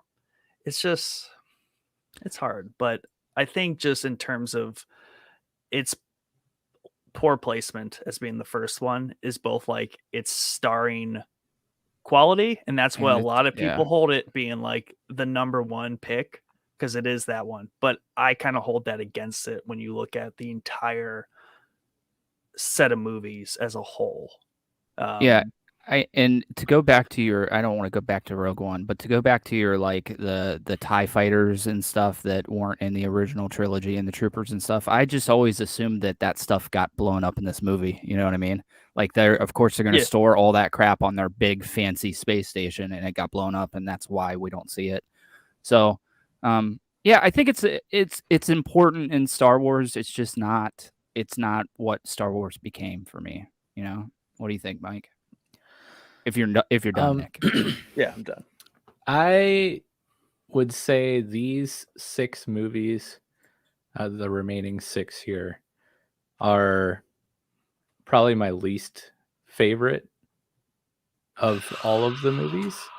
Now, not saying that they're bad or anything. I just say I prefer the other. Mainly our S and A tiers so far, obviously, over the rest. But so I would probably slot this one in maybe B tier, and here's why.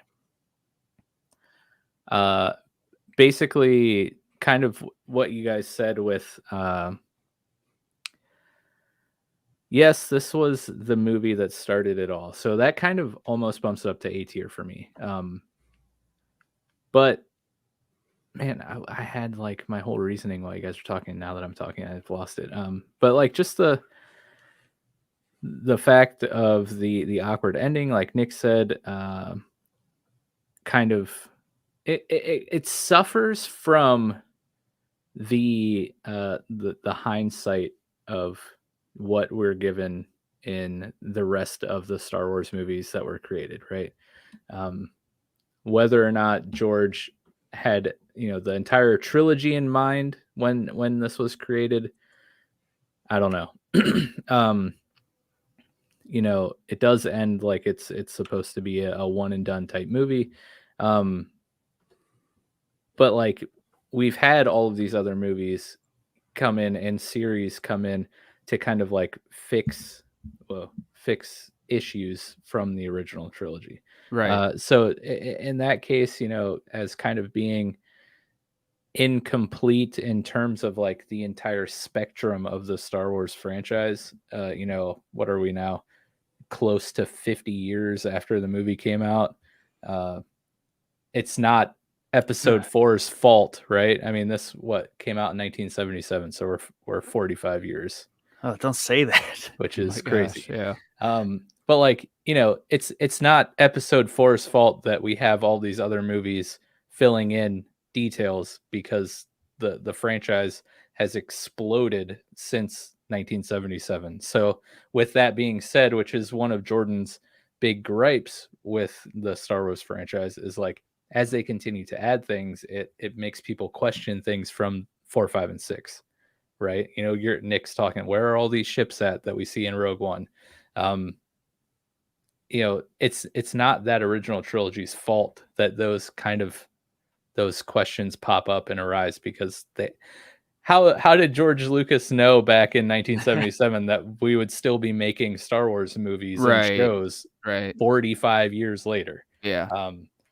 So maybe this would go up to A tier then for me, because I can't really fault the movie for those shortcomings because of those reasons. But personally, though, I mean, the original trilogy, just hard for me to get into visually, but of course it lays the foundation for the entire franchise. So there's still fun movies to watch. I enjoy the practical effects here, obviously, because that's what they had available to them. It's not like they had the crazy Mando technology of CGI, but I'm one that prefers practical effects over most CGI anyways.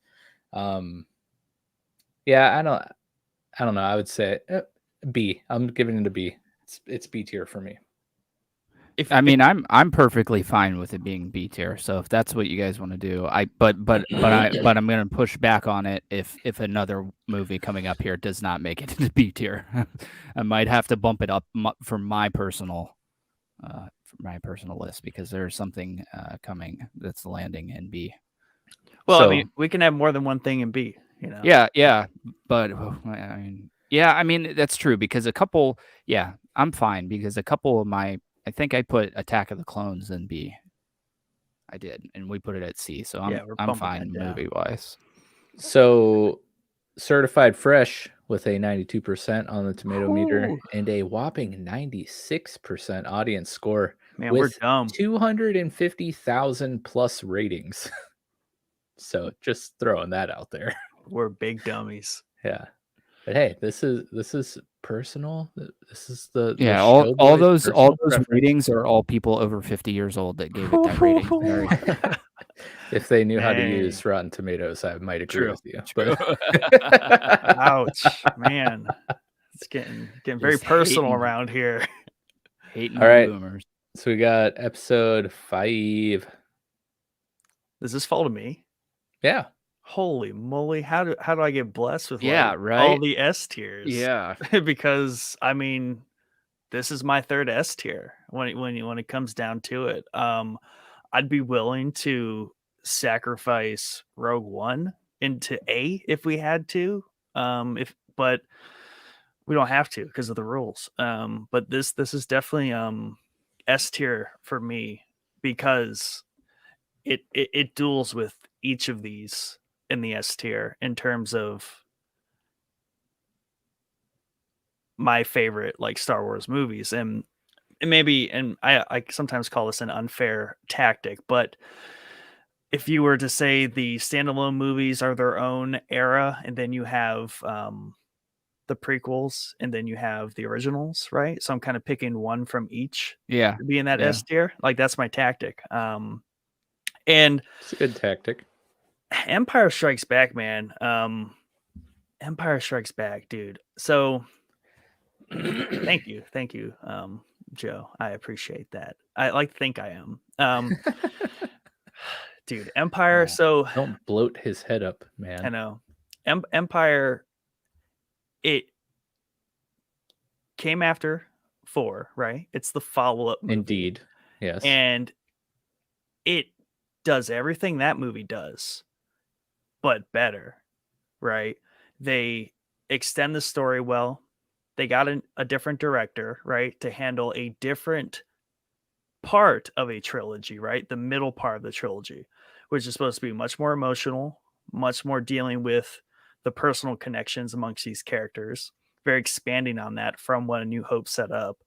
The ships got better, the tech got better. Obviously, they had a bigger budget, but the Hoth scene, like 5 Imperial Walkers, just like like I get the A New Hope scene with the Star Destroyer, like that intro for the first time, like blew socks off. But from someone who collects Lego for a large part to set up like big displays, like the Imperial Walkers just like marching across Hoth, that entire battle sequence was so cool. Yes. General Veers, like just the idea of that whole thing was really good. And obviously I think a lot of the video games kind of like prop this sequence up a little bit because you get to play it in a lot of video games.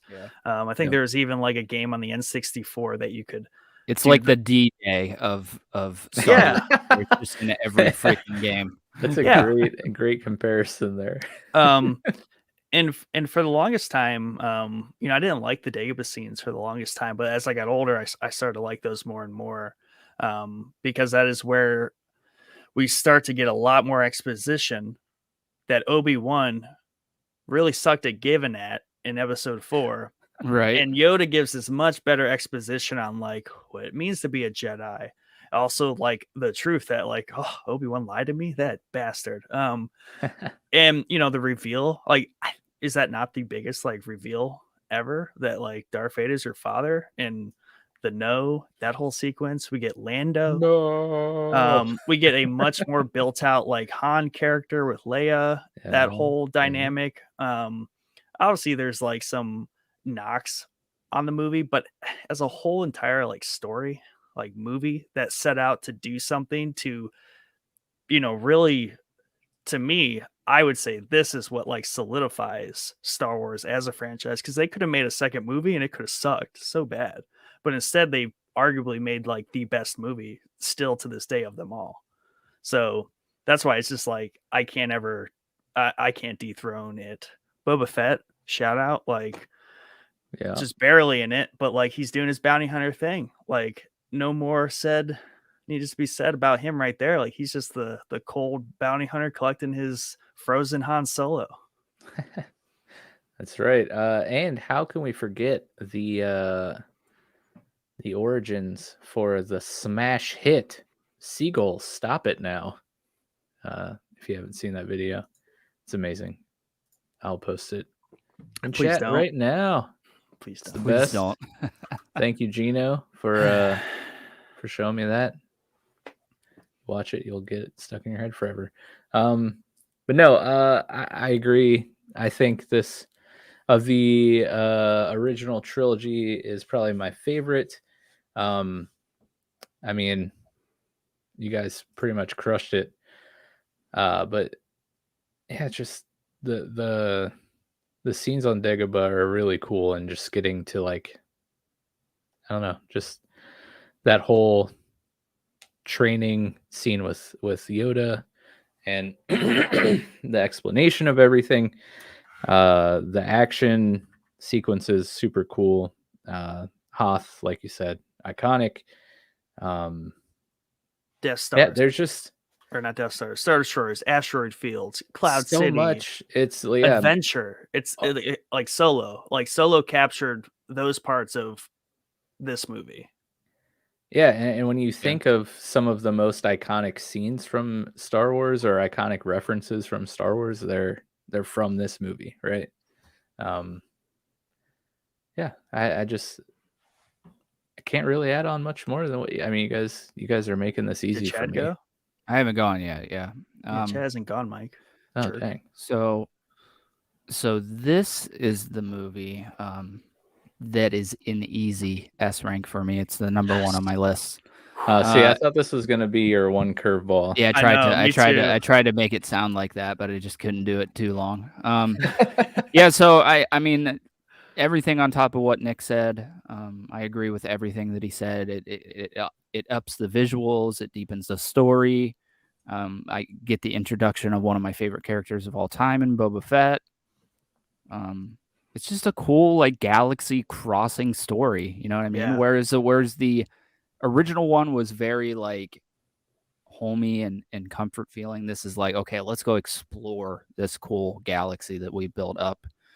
And then the classic Vader twist being Luke's father will forever remain next to the Red Wedding, one of the most shocking things I've ever seen on a anything, period. And I was lucky enough as a child to not know that going into the movie that was the case. And I wish that more kids nowadays had that to see firsthand, because it literally, it's right up there with the Red Wedding in Game of Thrones for the most shocking thing ever.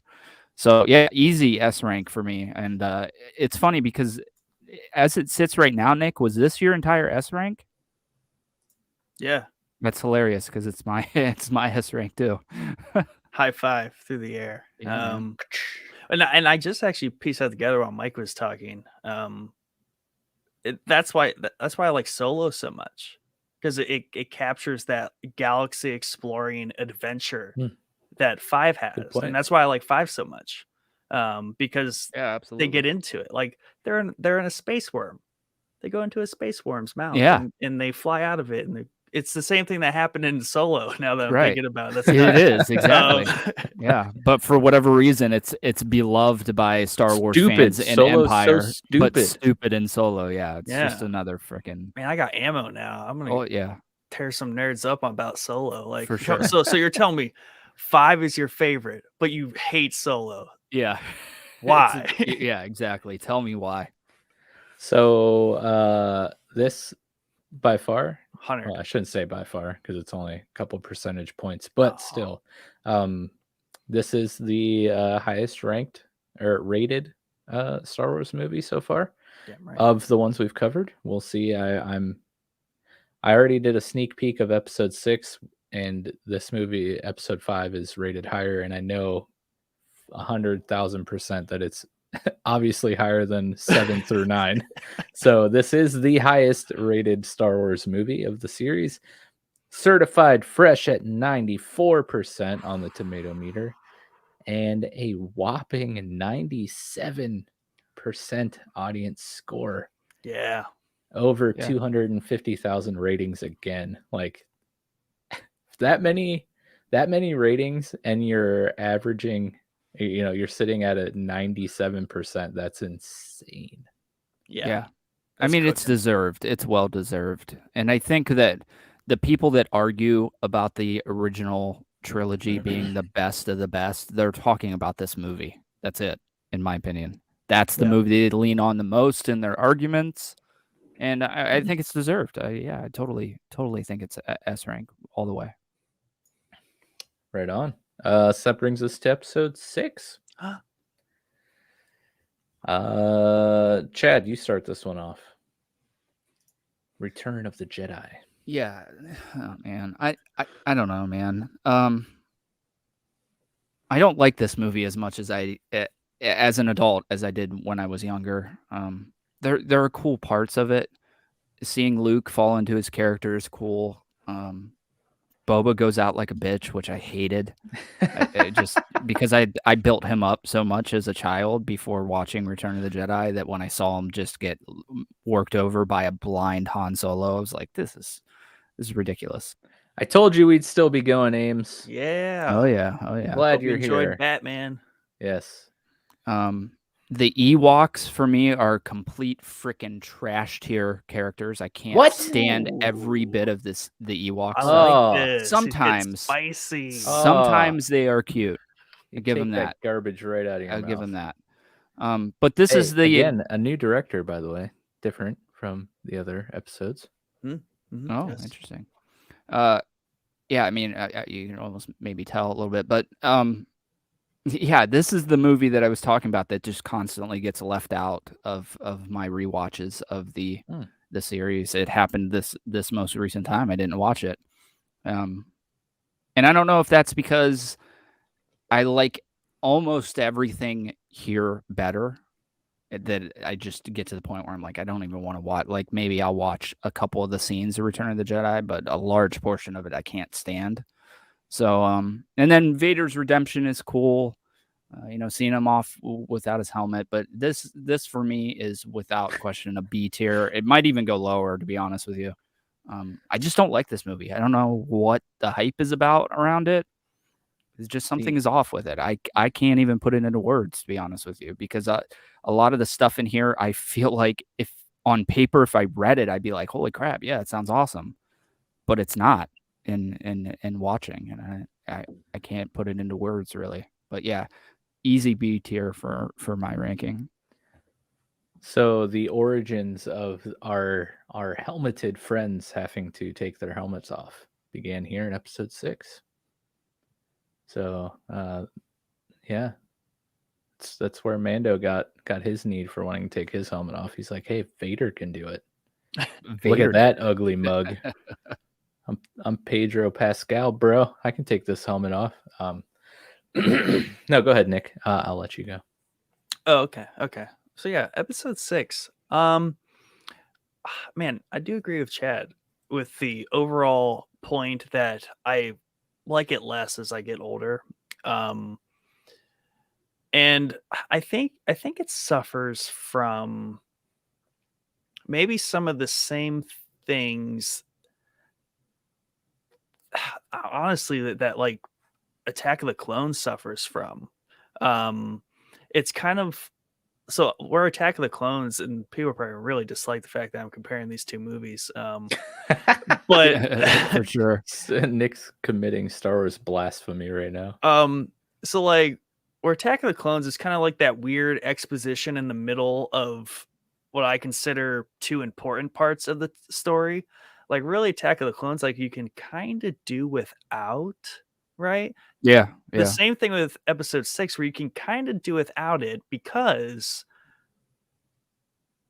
all like the story isn't that much more complicated after 5, right? Because there's nothing new happening. Like, okay, they have to go save Han, right? So we're back to Tatooine, and here's Jabba the Hutt, and blah blah blah, and you get all that, which was cool and great, but there are some kind of missteps there. It got a little campy, because of like what's going on in Jabba's palace. It's kind of like the casino from episode 9 or episode 8. Not that anything's wrong with it, but it's just starting to kind of disconnect itself from the wider what the other two movies are doing and how clean they are and like wholesome of movies. And then you get this, and it's almost like they're doing too much, like trying to go specific places and do things, because like here we're on Tatooine, all right, now we're on on Endor, and Endor's really cool. I loved Endor. That was a cool fight, but yes, like Peace Love Ames here says that the Ewoks were made to be toys. And yes, this is when George was like, you know what, we need cute things to sell toys, because why? I have all the merchandise rights and I want to be a billionaire. Mission accomplished. But it does a lot of cool, fun things. The space battle at the end was the best, right? Probably up until, we started getting newer movies. It's definitely the better of the first 3 movies. Obviously it's not better than like 3, but it's definitely better than 1 and 2. So I always loved that part. And that's the other thing. I liked kind of like what Joe said about episode 3. You like the last 30 minutes. That's how I feel about episode 6 here. I like the last 30 minutes because exactly that's the most important thing to tell in this story, was the climax of how Palpatine ultimately meets his undoing temporarily.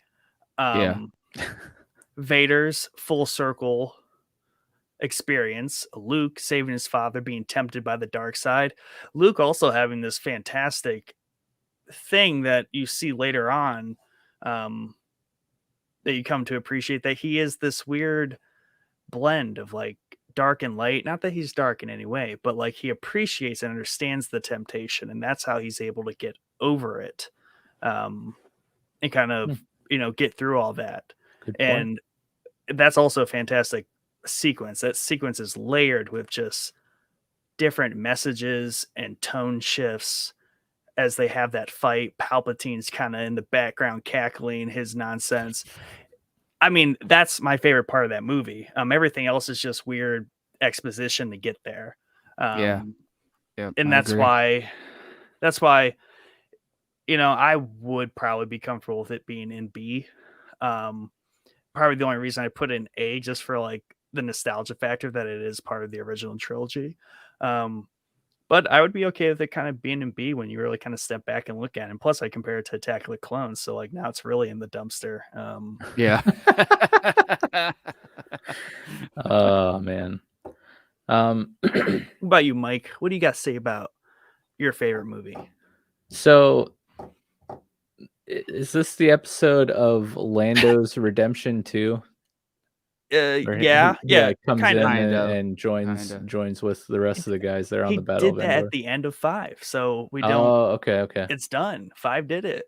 So I gotta say, I am the child that the Ewoks were made for. I loved the Ewoks, and are they cute? Yes, but they also are vicious. Like, I mean, they're Murderers. They're gonna eat them. I wouldn't say Yeah. cannibals. Do they eat their own kind? No, but, they eat humans. Yeah. So they were whatever gonna. that means. They were just gonna, slam. I like the village. I like the speeder bike scene. Yeah. Like that's all fantastic stuff, and that's where we're kind of bordering like last 30 minutes. Yeah. Yeah. So I guess I agree with you guys with that. I really do also appreciate the Luke and Vader scene there at the end. I think I agree with it being a B tier, honestly. Okay. Yeah, I think it makes the most sense to be, honestly. And we seemingly all agree on it, so. Joe says, "Wow, this is one of my favorites. If this movie were to be released today, we would all call it a cash grab." Yes, I agree with that. Yeah, 100%. If this was released in this new trilogy, it would be the last Jedi of that trilogy, I think. Also, Aim says Ewoks got an Ewok.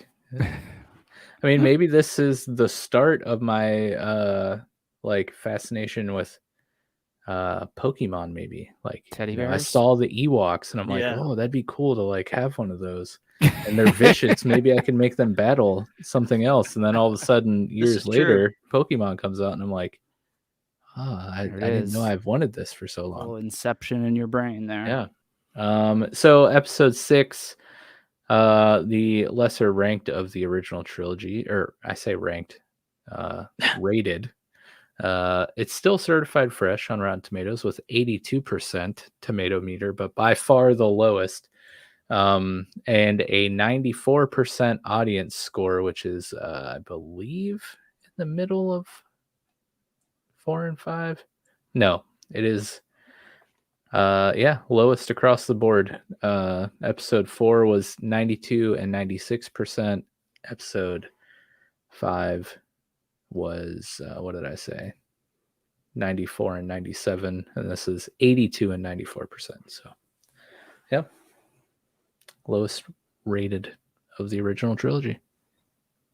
And that brings us to every Star Wars fan's favorite movies of the Star Wars franchise, and that would be the sequel trilogy. I really hate the names of the trilogies. Like, I get why they're called that, but like I just hate saying like the prequel trilogy and the sequel trilogy. Yeah. Correct. Somebody needs to the new ones. Workshop those. Ames says the Vader resolution feels like what they needed to have, and they wrote the rest of the story around it. I'd say that's pretty much what Nick was saying. An unfortunate truth. And I think that's the thing that maybe why over time we like it less, because it is just flashy. Like a lot of that movie is just like, oh, here's Boba Fett a little bit more. But he really just goes out like a chump, and like here's like the boss of Tatooine, and he also goes out like a chump, right? And here's the Empire, they also go out like a chump. So yeah, it's just like a weird swift, like, people hate Game of Thrones' ending. Well, Jesus, like this could be very equivalent. Like, yes, like absolutely. it is kind of messy if people cared that much. Yep.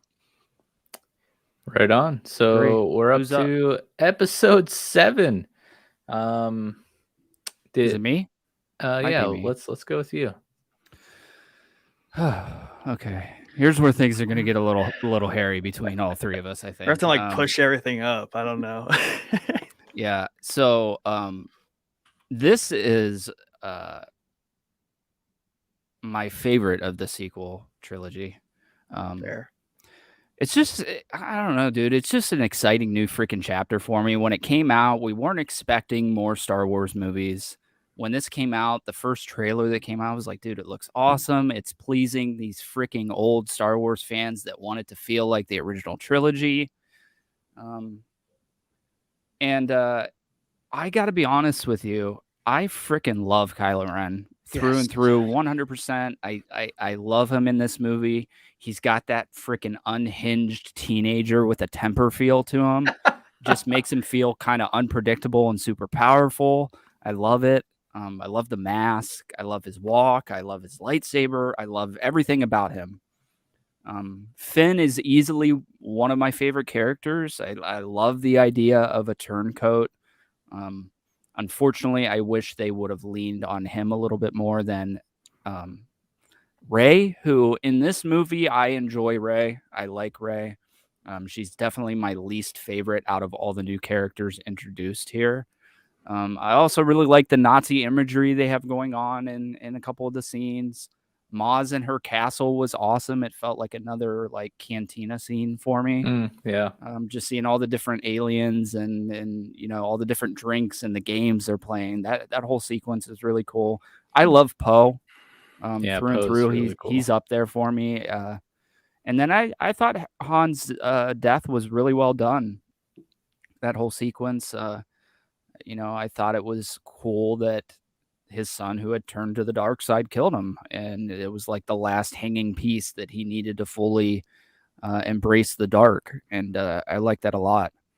And then the lightsaber fight at the end, I'm kind of mixed on it because I like the visuals of being in a snowy forest fighting.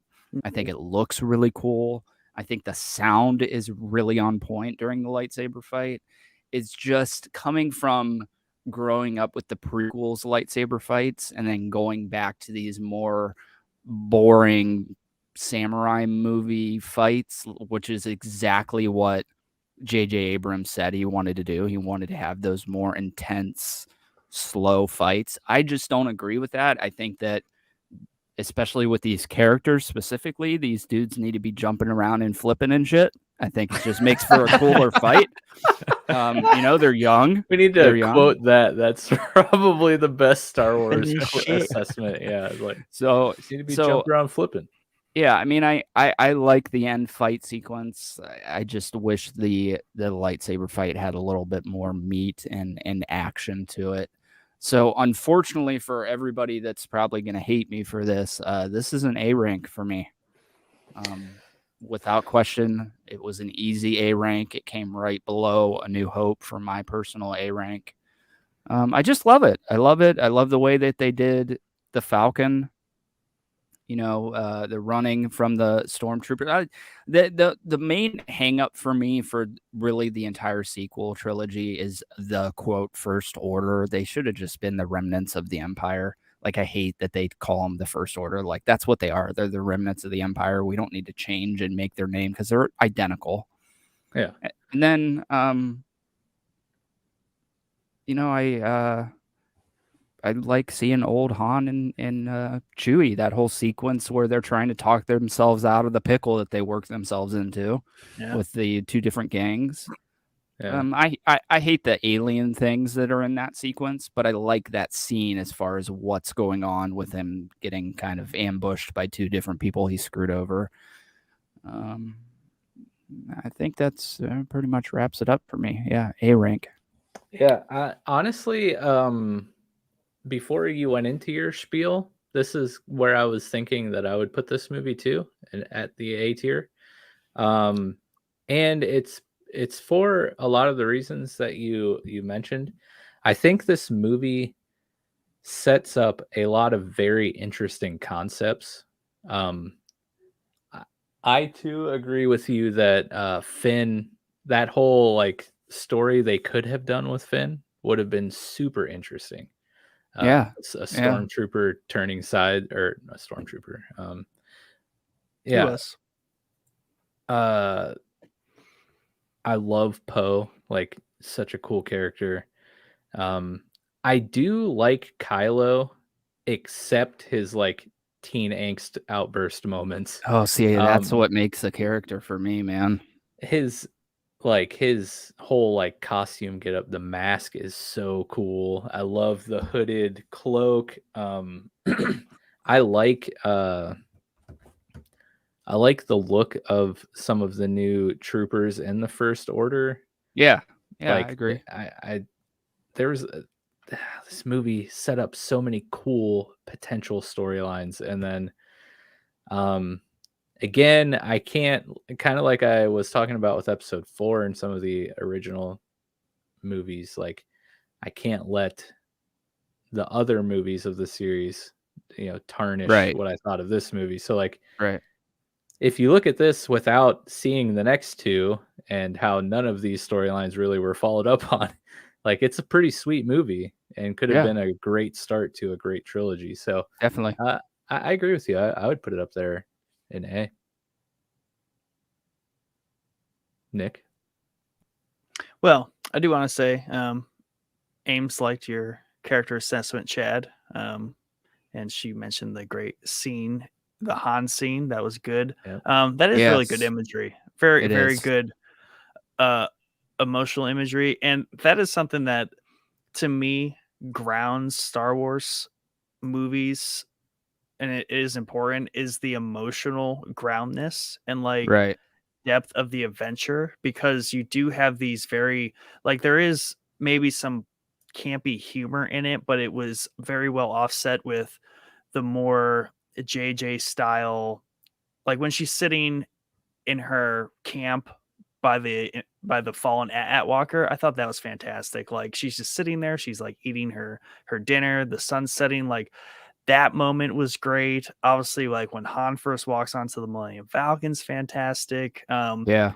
You get weird, different like exposition on the galaxy. Like here's this junk planet. You got Ungar Plot, which is like the dude handing out the rations. Yeah. Yeah. Weird stuff like that. The sequence of her climbing through the Death Star, I thought it was fantastic. Oh, that's that awesome. Yeah. that she was like this scrapper. Right. And that's how she's like getting by. Kind of similar to like Cal's story a little bit, exactly. like, just a Force user trying to get through in life. Kylo Ren. I think Jordan said this before, but like he has this fallen prince caricature about him. Yeah. He's this not entitled, but like he knows he's from royalty. Like he's from the Skywalker family. I mean, your grandfather's Darth Vader, for God's sakes, and your uncle's Luke Skywalker. Quite the lineage. Yeah, he's there. Like he knows it too, and like he is also loaded with very powerful Force tricks. Like he can stop blaster bolts in midair. Like he has advanced his own personal knowledge of the Force further than probably a lot of Jedi have in a long time. And another great thing I like about him is the fact that his name is Kylo Ren. He is not Darth. He is not any of this. So he reminds me more of like a Revan type character. Yeah, he is a fallen he even Jedi. looks like him. Yeah, looks like him. He has like the Revan mask. So like he's basically like if Revan were to already exist in canon, he would be once again redoing episode 7, redoing previous movies. Like he's basically new Revan. Yeah. So yeah, I absolutely love his character, and it gets better right through this entire trilogy, not the entire trilogy. But that stuff I like. I do agree with you that like the weird space squid things, like those space squids I didn't quite care for, but I get it. It was fun though, because this is a fun movie too, and that's also what captured, because it still was an adventure. Like here's Han Solo and Chewie, and they are in this weird freighter, and they're just like lugging some cargo around because they're back into smuggling. I didn't quite like that as much, the fact that Han somehow just like slipped back into his old ways. Kind of like, they all kind of just like they had kids, and then they grew up and basically they got a divorce, and she's back to being like a general and a big shot, and he's back to being a smuggler. Like, I kind of thought that was a little lazy and a little kind of like backtracking a bit. Well, kind of goes along with what Ames said here. I feel like there's a lot of potentially set up with the movie, even though there was a lot of redundancies from the OG. Yeah. I hear that a lot. And when you look at it side by side with A New Hope, there are a lot of comparisons with it, but it doesn't stick out to me and make the movie bad, really, in any stretch for me personally. I think it's better than A New Hope by every counter for me personally. Yeah, I think the biggest like knock on this movie, why I'm gonna have ultimately I'm going to let it fall into A. Though I do have issue with it being above A New Hope. Because and I think the reason though for me is because of the First Order. I don't feel like they have a proper place in the galaxy. I don't really get why they're there, why they're so shiny, why they're so well funded and organized. Right. Whereas the Empire, like, they make a lot more sense in the galaxy. They're more rugged. Like, they just seem like bougie Empire. Like, they seem fake to me. Like, they're posers. Like, they would get picked up by the real Empire for like even being around. Like, get out of here, you losers. Yeah, I think for me the final movie in this kind of pulls that together a little bit more. I just don't like that they're calling themselves that. Like, I have no problem with their visuals. I just don't like that they're calling themselves that. Just call yourself the Empire. Like, you don't need to change it just to change it. And we're gonna get to the next movie here, and we changed a lot of things and did a lot of things just to do it. You know what I mean? Yeah. So I just don't care for that. Just call them the Empire. Just and there's a lot of things this movie sets out to do, which are great. But I love the bigger Death Star, I guess. The fact that it's inside of a planet, cool concept. But the fact that it shoots out a super beam that can go across the galaxy and nuke 5 planets, like, I did not like that. I also did not like that the Hansian system's now the capital. I get why that might be better, but they also just like wipe that out like nothing. Like, yeah, well, I told you the original plan was for them to destroy Coruscant during that, and they thought that was going to be too big of a thing for Star Wars fans to watch get destroyed in such a quick scene, so they swapped it to the Hansian system. So yeah, but they need to hit 5 planets all at once. Like, I don't have a problem with destroying the 5 planets thing. I think the power and size of it justifies that for me. I guess. Like, why is there, like, every Star Wars villain, like, their whole goal to just destroy planets? Like, can we have like not a planet destroyer like that we have to stop? We did that once. Yeah, it just makes the stakes a lot higher versus it's either stop the giant thing that's going to destroy the galaxy or stop the angry teenager. I mean, it's just, in this one you got both. It. Yeah. But it works. Why together. choose when you can have both? So yeah, A. Which goes up here. Ames says, I like Kylo's volatility too. It felt like the reason he was able to be influenced by the dark side. Now, let me clarify. I enjoy his like flippant, like anger outburst. It just really seemed like I was watching like a 14-year-old get angry. Like, yeah, well, I think that's the kind of the point. This whole time, I was trying to think of like, like, I would love to see. It would be, in my opinion, would be really cool to see him like a Daredevil Kingpin type, losing his temper, getting angry, as opposed to like I'm watching a 12-year-old throw his PlayStation controller across the room because he lost a game of Madden. I'd much rather have Kylo Ren get so angry that he absolutely like brutally smashes somebody's head in a door jam of like a TIE fighter or something. Yeah. But that's just personal preference.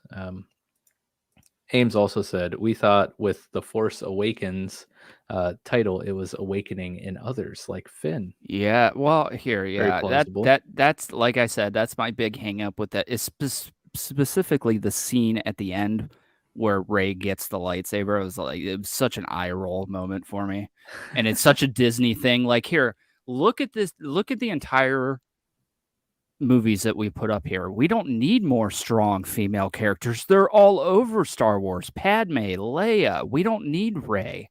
We needed Finn, the dude that was kidnapped as a kid and turned his back on the people that kidnapped him and then became a powerful Jedi. That's a cool story. The freaking strong female, we don't need that. We don't need it. We have them. We had them all the way back in the original trilogy. It's just stupid. I'm sorry. I mean, personal opinion. Padme's the whole reason. Like, technically, all of this freaking happened. Right? Yeah, right. Exactly. Well, confirmed. Chad hates women. Sorry, Ames. Joe says maybe they didn't want to be called the Empire because the Empire failed, and they didn't want a name synonymous with failure. Hey, that makes sense. You got a good but point. What are they the first order of? Well, you'll see here in a little bit. So yeah, they're A tier. I mean, that might be surprising. Do you think that's surprising to a lot of people? No, I think this is the strongest out of the sequel trilogy, and I think that I wouldn't move anything that we have right now. I mean, outside of Phantom Menace, maybe. I looked back, and the only other big opinion I care about is Ames and Joe, because they answered the boys. But Joe has Solo in episode 7 as A rank, so I'm glad we aligned there. There you go. Well, and let's see here. Ames. Okay, B tier from Ames for episode 7. So we're not off, and I see that. I see that commonly. 7 gets a lot of praise for a lot of reason, and the fact that it's the better A New Hope, I'll take it. I'll let it slide up there. I'm fine with that. I can't defend it I can't argue it down. Argue it down further. So certified fresh 93% on the tomato meter and 85% audience score, which I think I haven't been writing these down, but I think that might be like outside of the original trilogy, pretty high. The second highest audience score. Mm-hmm. I think Rogue One was higher, or right around 85. It's the highest grossing. Yeah. Oh yeah. Interesting. Disney got their bill back. Oh, for sure. Yeah. On that instantly, they're happy with themselves, and then they're like, "Let's make this next one." Yeah, and let's not give it to Abrams. Let's give it to this other tool. Ames says Solo was meant for me. Didn't love it. Didn't hate it. Unbelievable. Do I get this one? Is that how that goes? Yes. Or? Yep. Okay. So here we are, episode 8. This is fair because did I get all 3 of the S tiers? Yeah, pretty much. All right, stick me with this. I will take this duty. So here's the deal with this movie. Tell me. It's not a Star Wars movie. It's just a series of events that happen in Star Wars universe. It does a lot of cool things for sure, like visually, like that freaking jumping the light speed through that massive starship. That was visually and through audibly like fantastic. Right up there with seismic charges in episode 2, which I forgot to mention. Episode 2 almost like gets the B because of a seismic charge, but I'm not going to do that to our list. I agree though. But The Last Jedi, lots going on here. Visually great. I don't have a problem with the ending. I don't have a problem with force projection of Luke. I have some issues with like Luke's behavior, but ultimately, like, I think it's fine. It easily any character can be written from, God tier, and this is many years later. Like, he just kind of became a curmudgeon. I mean, that's what happened to all the original trilogy gatekeepers. They got old and became curmudgeons. So, I'm trying to find things that like validate this movie. I thought it was cool what Ryan was trying to do. But the problem is Rian Johnson doesn't seem to be a Star Wars fan, because all he did in this movie was subvert expectations, which are fantastic for his movies that he makes elsewhere, and he makes really good movies elsewhere. But he kind of just dropped. He got dropped into this story and was like, you know what? I'm gonna do my thing, and I'm just gonna be like, everyone wants this, so I'm just gonna do this instead. And that's not a Star Wars movie. Like, we don't come to get our expectations subverted or have some sort of like weird. Oh, I didn't see that coming. We're not trying to be surprised. I didn't see that coming. Like, no, I'm watching Star Wars because I see it coming. Like, yeah, I'm a prequel kid. I basically got. It's all spoiled for me. I know what happens. So I just want to watch and enjoy my Star Wars movies.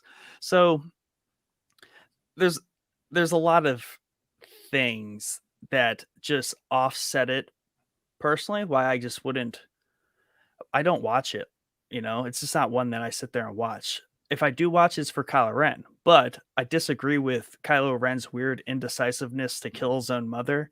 Like, I get why he didn't, but I thought that scene was pretty weak.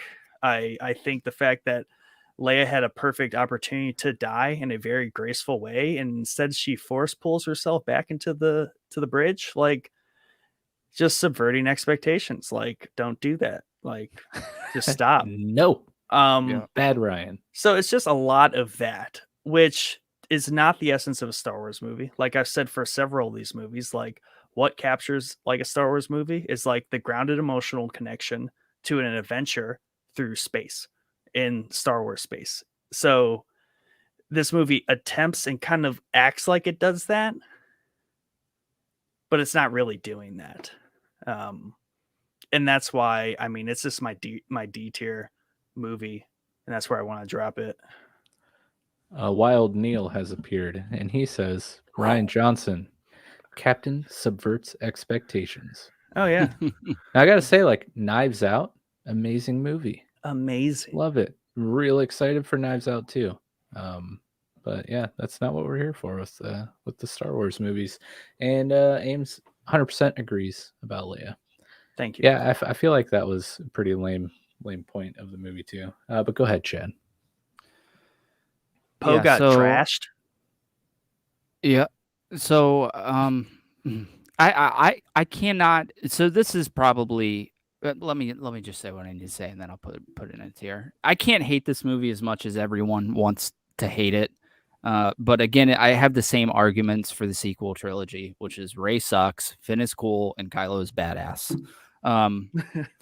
But seriously though, not without his mask. Like, just the mask destroying scene at the beginning of the movie. It's like, oh my god, freaking eye roll, man! Like, put the mask on. You look he's just not intimidating looking. I'm sorry, without the mask. He's got like massive ears and weird face. Like, he's just not working for me. He looked great in the SNL skit. SNL skit was fantastic. Yeah, that was great. Yeah.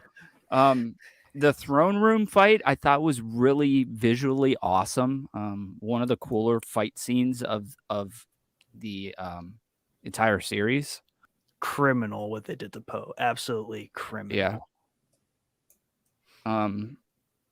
Luke being the grumpy old man, like, I get why he became the grumpy old man. I thought they explained that well. The ending scene kind of felt like Hoth to me. I liked the giant walkers and all that. The visuals of the salt planet, the red salt, was really cool. Yeah, that was sweet.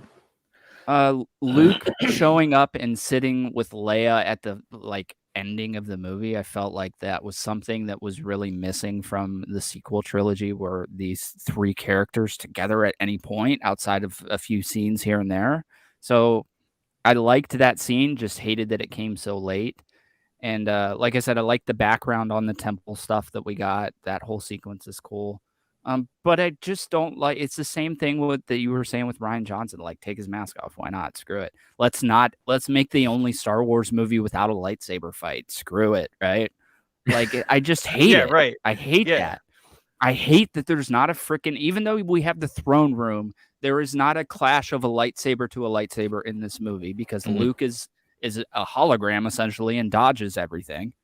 So I just hate it, dude. I hate that idea of like, let's just do it just to fucking do it, man. Why not? Sure. We don't need a lightsaber fight in a Star Wars movie. Take his mask off. Yeah, let's just do it. Oh, sure. Leia can force pull herself from space. Like, why not? I hate a lot in this movie. I just can't hate it as much as everybody hates it. I do frequently watch this movie. I think visually it's I hate it. I hate everything about it. Yeah, but I can't do hate it. frequently watch it. Yeah, I mean, I hate certain point. I mean, this is the only movie that made me ever say the F word on live air. So here we are. So that's where I'm at. It's a D tier for me. Easy. I just, I like going back and watching it every now and then. I think and that kind of leans. I think it's because of the technology boost for the sequel trilogy. Just everything looks cool, The stuff in between it kind of sucks, but everything looks cool. I just love that you opened with like, I can't hate this movie for all the reasons that like as much as everyone else hates, but then I said it for all the reasons. With like, I just absolutely hate it. I'm like, okay, so you I meant a whole different list of reasons. I meant specifically, I didn't hate the movie. I hate the idea of like, let's just do it because nobody else has done it, bro. Correct. Like, we don't need a lightsaber fight. Take his mask off. He looks better without it. Make him smash it in the elevator. Those are the things I hate. Everything else is okay. Yeah, and that's the underlying issue. And that's where, because I guess it's, you have Favreau, you have Filoni, and even George all these years, like making creative decisions for this galaxy. Why? Because there are precedents, there are rules, there are things that happen a certain way they do. And there are also tropes that like we revisit every single movie. Why? Because that's what makes it a Star Wars movie. But what Rian Johnson does is he goes through and not because of those things made decisions, but because of those things he made decisions to not do them. Like exactly. That's why I'm just like, what are we doing here? Yeah, can't stand it. But is this the only movie that somebody doesn't say I have a bad feeling about this? I can't think of it being said. I can't think of it being said anywhere in the movie, but I might be misremembering that. But that sounds like it sounds like say it. Yeah, I hope so, because that sounds like a Ryan. Like, no, we don't need to say that. Don't say that. Why would you do that? This is the first movie. Yeah, I'm looking at some pictures here, and I love the red, like sand salt kicking up. Yeah, it's cool. It's cool. Man, it just looks so cool. Visually cool, yeah. Yeah. D. We don't need to talk about it anymore. Sweet. Easy. This did get a 91% on the tomato meter, though. I remember that because Rian Johnson is a fantastic director. That's why we hired him, because he gets high ratings from the critics. Yeah, what's the audience, though? You ready for this? Yeah. 42%. Hey, shocking. 100,000 plus ratings. Yeah, shocking. Captain Phasma? Yes. Ruined her character, too. I love the suit, though. Yeah, she's cool. We haven't talked about her at all. I think she's a really cool character. She was in 7. She was great. Yeah, she was great in 7. I love that character. She goes out like a chump. Yeah, she goes out like a chump in this. Throwing down the at least they followed that Star Wars trope. Yeah, that's true. The episode 6 one. Okay, the one trope to not go with. Yeah, Ryan's like, we'll stick with that one. I like that one. Yeah, I like that one. All right, last but not least, technically, we have met all the criteria of our only 2 rules. Bonus round. So, unless episode 9 stuns us all and makes it into the S tier, it can't. We're not going to be doing any adjusting. I will end broadcast if that gets into the S tier. Like, I will end broadcast, delete the sheet, screenshot it how I want it, and then we're done. So there will be no shuffling of movies. Are you guys okay with? I'm happy with what we built. Yeah, I'm very happy with it, to be honest with you. Okay, let's go through the Answer the Boys stuff before we make this last move here.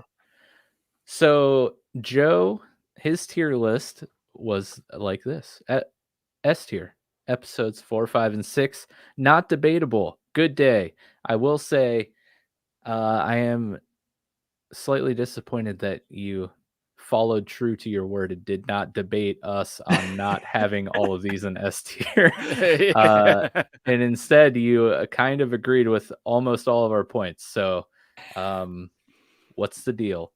Tier Episode A. 3 made his head hurt, though. Yes, it did. Tier A, he had Rogue One, Solo, and Episode 7. Tier B, last 30 minutes of Episode 3. Episode 9 for I almost said confusion factor. Yeah, Conclusion factor. And the Boba scenes from Episode 2. And in Tier C, he had Episode 8, the rest of Episode 2, and the rest of Episode 3. He had nothing in Tier D, and also did not. No, he had one in Tier D. He has one in Tier D. Oh, that's he did just say Misa Sari. Okay, Misa Sari. Yeah. Good job. He then says here, I almost swapped 6 and 7. Oh, that's good to know. Wow. Yeah, so 7 would have been in your S tier. I feel like we're more aligned than like it comes off as. If we're being honest. Yeah. I'm glad you guys caught the obvious Star Wars joke in his D tier. I thought he was just being silly and talking like Jar Jar Binks. I didn't realize he was literally ranking Episode 1. And then let's see. Rachel's Holiday said, "I'm glad for the extra ranking time. In addition to you're welcome. So much Star Trek, all caps exclamation point. By the way, today, March 3rd, was the first time since 1999 that 2 series in the Star Trek franchise had the same air date. Interesting little fun trivia night factoid there for you. She also started season 2 of Call Me Kat on Hulu and slowly working her way through Maid on Netflix. So she didn't quite have time to make the ranking, but it's okay. We appreciate you chiming in. Oh, you know what? That was for our What's Watching Answer the Boys. I apologize. Jerk. We're out of order, just like we are with our episode topics here. But I'm glad that I could have 106-degree fever to give her a little extra time to finish out that. Dude, that was ranking. so kind of you, Chad. I know, right? I suffered for all of you. Yeah, dude. I mean, just the fact that you would just for Rachel to be able to make her tier list that she didn't make. Rip. So we have Peace Love Ames here with her tier list, and she used different thumbnails for the movies. So one of you guys will have to read off hers because I'm dumb and they're small and I don't want to enlarge it. They're on the screen. So it looks like she has Empire, A New Hope, and Return of the Jedi as her S tier, all original trilogy. Then we have Rogue One and Revenge of the Sith. Revenge of the Sith. I'm sorry. Yep. Admirable. I like that. B, we have Episode 7, Episode 1, and Episode 2. Wow. Ooh. Look at that. A little bit of a mix up there with 1 and 2 kind of jumping up a rank. Interesting. Solo, C tier. The Rise of Skywalker, D tier. And we have a bonus F tier for the very bottom of the barrel, which I completely appreciate that. I can really appreciate it. Yeah. Nice. That's great. Classic. Bottom of the barrel. We need to add an F tier. Thank you, Joe and Amy, for letting us know your thoughts, and also thank you for commenting along here live with us. It's been real fun. So that was our Answer the Boys replies for this week. As always, make sure you're hanging out in Discord. We post our Answer the Boys topic of the week every week, asking for your thoughts and opinions on what we're going to be talking about on Thursday nights. And then we, of course, read them on the show. And a lot of times they spark some good conversation. I say it all the time, and I'll continue to say it. One time we had an entire episode that was like 2 hours long that was fueled entirely by discussions that came from your Answer the Boys replies. So we value your input, and we love what you guys have to say. Amy says, you've changed my mind on some of these. Good points. Good job, Chad and Nick. You guys are doing great here, changing the minds of the fans. Yes, we have one movie left. Where is episode 9 going to fall on the tier list? Who's starting this one? You are, Mike. Yep. Me? No, I'm not starting. Chad, you have to do it. I've only seen yeah. this movie like once, I think. Yeah, I'll do it. And this might be the most divisive of all of them.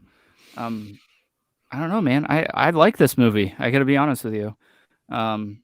I know that's really like taboo. Outside of The Last Jedi, I think most people agree that this is above The Last Jedi. Yeah. I definitely have my problems with it. I don't want to harp on it again, but I really just don't like Rey at all. And it's even more evident here. I love this movie. To me, feels like what could have been for the sequel trilogy if Sure. Abrams had did that middle movie, like what we could have gotten, which would have probably been a really awesome trilogy of movies. And it felt kind of in a way of them battling as well. Like Rian Johnson did his thing, and now Abrams going to come in and try to maybe tell the story that he was going to tell originally, but he has to work around and change things. That it's a little muddy. I'll give you that. But I love Kylo putting his mask back on. That was like awesome to see. I love Poe's backstory that we get, that he was a spice runner and stuff. I don't have a problem with Palpatine coming back. I thought it was okay. You know, I maybe needed that middle movie to explain a little bit better. But I don't know, dude. It's just wall to wall action. I like it a lot. I like the lightsaber fight in it. I like that they go back to the Death Star's like rubble in the ocean there and have the fight scene there. Yeah, that was a cool scene. Is this the movie with the awesome space fight scene with Poe and his pilots? Yes. I loved that. Well, the sequence was fun. Depends kinda- what you're talking about. Yeah. Is that the one where He flies like a bomb off gets grade. stuck or something? No, that's The Last Whoa. Jedi. Ooh. Oh, okay. Yeah, and I I'll like give you. that. I give like you. We that didn't even sequence. touch on that in The Last Jedi. The Last Jedi opened very, very strong, personally for me, with that whole sequence, the bomb sequence, and Poe messing with whatever his name is, the general dude. Is it Hux? General Hux, yeah. Yeah. I like the way The Last Jedi opened. I hated the way it ended. But anyway, we're not talking about The Last Jedi. We already talked about it. And that movie has so many things to be said about it for being the worst one. Right. So yeah, I really like Rise of Skywalker, man. It's not gonna make it past it's not gonna make it past a C tier for me personally, probably, now that I'm looking at this. I had it in a B tier. But the way that things kind of fell out here, I'd be fine with it going into C tier. I don't think it's a D tier by any stretch of the imagination. I just wish that I almost wish that Abrams would just get rid of The Last Jedi and redo the movies from The Force Awakens on, because I feel like, especially with a lot of the stuff we got in Rise of Skywalker, it just would have been a better complete package than we ended up getting. The only thing that I really kind of disliked was Kylo's redemption. I know some people like that. I didn't want to see him get redeemed. I'm sick of seeing the villains redeemed in these. I would have liked him to die a bad guy. So yeah, I like. I do. I hate that he turns to the good side, but I like his little fight sequence with the Knights of Ren, which we get in this movie as well. They're kind of like throwaway characters, which sucks, but they were the most interesting to me. From I don't even know. Are they discussed in The Force Awakens? They're shown in like a flashback, I think. Yes. Yeah. They were just intriguing characters to me, and they're cool here for what they are. But you know, he's got that his dad's like swagger to him when he gets the lightsaber, and then he does the like, now we can fight little shrug. I like that. I thought it felt like Han Solo. So, and then I also really liked the exchange with him and Han. Where he says, "Dad," and he says, "I know." I just thought it was a cool thing. He's obviously saying I love you, and that's a callback to Empire. So Yeah. I liked a lot in this movie. But So Ames says, I feel like they did the best they could with the hot garbage they had left from Ryan. yeah. And I thought Snoke was going to be more of a big deal, but they canned him. So, Right. what do you do? Yeah. Well, that's a Ryan deal there for you because he gets canned in The Last Jedi. So, yeah. Who knows? Who knows? I don't know that Abrams wasn't planning this all along for this to actually be Palpatine the whole time. It kind of felt like, in points. I thought maybe in point that it was going to be Plagueis, to be honest with you, because of the music in The Force Awakens, which is identical to the scene from Revenge of the Sith, where they're talking about Plagueis in the little opera scene. It's the exact same music when you first see Snoke. So I thought that's where they were going with it, but who knows? We'll never know because Rian Johnson decided to screw everything up. So, but yeah, B or C for me. Okay. I think that's ultra fair. This definitely puts things in a different light that it's really episode 1 and 2 that far down for me. Like maybe okay, we won't move anything. So the Rise of Skywalker. I like a lot of things about this movie. For a lot of the same things kind of like Chad was saying.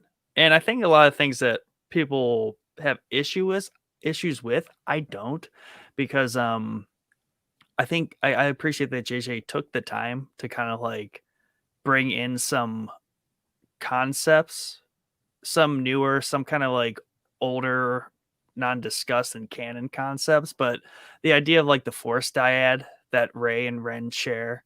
Obviously Kylo Ren is back and he's just like going hard. Like he's good. Like he's great. He's in this weird arc where he's trying to figure stuff out. He has that even like falling from grace from the dark side where he's kind of like exiled from that even, and he has like almost no place. Like he is neutral almost, like in terms of like he needs to find his way back. I'm fine with Palpatine coming back. The issue with that is a Ryan issue because that could have been dealt with better in the middle movie. Right. I think this was all Abrams' ultimate end goal. I like Exodus. I like all of that exposition. The Sith Eternal makes sense to me. I'm all about like the expanded universe, right? Because there is unknown space, like that exists. That's a thing. So I'm fine with all that, and I think that's great. And I would have preferred Kylo to live. I didn't like the double like they kind of like kill there, twist kill. Like I saved your life to save my life to save your life, and I just ended up dead in the first place. Like that defeats the point. Like, oh my god, thank you for saving my life. Now die. So like that's weird. But ultimately, I like how I kind of set it up to kind of like end net neutral, where she's the last Jedi kind of. And I feel like the titles of these two and I watched 8 and 9. No, it's the whole movie. It's the whole series, dude. I'll drop it in Discord. There's a video where somebody talks about the names of the movies, and it's spot on. It's hilarious. Yeah. No. Oh yeah. I've seen like memes of that, but I specifically 8 and 9. Like, I mean, the end. Yeah. The last Jedi. So why do you not call this one The Last Jedi? Right. Well, I'm also fine with her taking the name of Skywalker because it goes back to the whole Thrawn thing. Because Skywalkers in his culture are these like Force-sensitive people that can guide their fleets through unknown space. And Skywalker is more of a concept, less of like a lineage name, which that upsets a lot of like old guard people. But that's just kind of what it is. I don't know why that's a I didn't hate it. Yeah, I don't have an issue with it at all. The only issue I have with that entire ending sequence is I love yellow lightsabers. I've talked about it on here before, so when I saw that, I about shit myself. And then the only problem that I had is when we see the Luke and Leia's Force Ghost. Is it Luke and Leia? I kind of wanted Ben in there somewhere, right? Kylo. I thought that would have been appropriate, but that's it. I didn't have a problem with the Skywalker thing. I don't know why people do. Yeah. Overall, I mean, I'm okay with it, I guess it going in kind of like the B tier, if not C tier. And this is something I was going to say earlier. One detriment to the newest movies is I've seen them the least, with Rise of Skywalker unfavorably being I've seen The Last Jedi a handful of times, but I've only seen Rise of Skywalker once in theaters and maybe twice once it came out on Disney. But I think it does a lot in terms of just like overall kind of meta Star Wars storytelling. And it ended it on a very kind of like wholesome note that, there is one more chapter in the whole Palpatine thing. He would have done something like that. Yeah, It's absolutely. always part of his plan. Yep. Of course, there's like a backup, all that stuff. So I'm fine with it. Like, it's probably worth way more credit than it gets. And because it was at the end of like an already kind of troubled episode 8, right? It probably didn't get the attention it should have. I agree. I mean, it's a toss up. Like, maybe I'd prefer it in C just because I haven't seen it as much as I should have, but something tells me it could easily be in B. This might be like the most perfect like Star Wars stack rank ever. Like, dude, I'm happy with it, to be honest with you. Depends where we put this one. I agree. I agree with Ames here as well. I did like how creepy Palpatine was. And the opening scene with him is very chilling. I love it. That goes back to the Rogue One thing with the horror sequence. This is very much a horror sequence when we first see him here. It's very appropriate. And Kylo's off finding like the whole holocron thing was a little, or they weren't holocrons, they were something else. Wayfinders, Sith Wayfinders. Yeah. That was a little wonky, and like obviously there's a lot of middle stuff that was just weird, but it was cool too. So he did what he could, and also I want to point out too that Leia's scenes did not stick out to me either. She was dead. She didn't film any scenes for this movie. These were all scenes from either The Last Jedi or The Force Awakens, and I thought they would stick out like a sore thumb, and they really didn't. Good point. Ames gives it a solid B.5. Yeah. Oh, I would the last space fight, cool, but garbage at the same time. I kind of feel that way. I just liked seeing a lot of the noticeable ships up in the sky. Like we see the Ghost from Rebels up in there. I mean, there's a lot of cool stuff that just like, how in the hell did all these ships come here this quickly? Do you see how many of them? There's like literally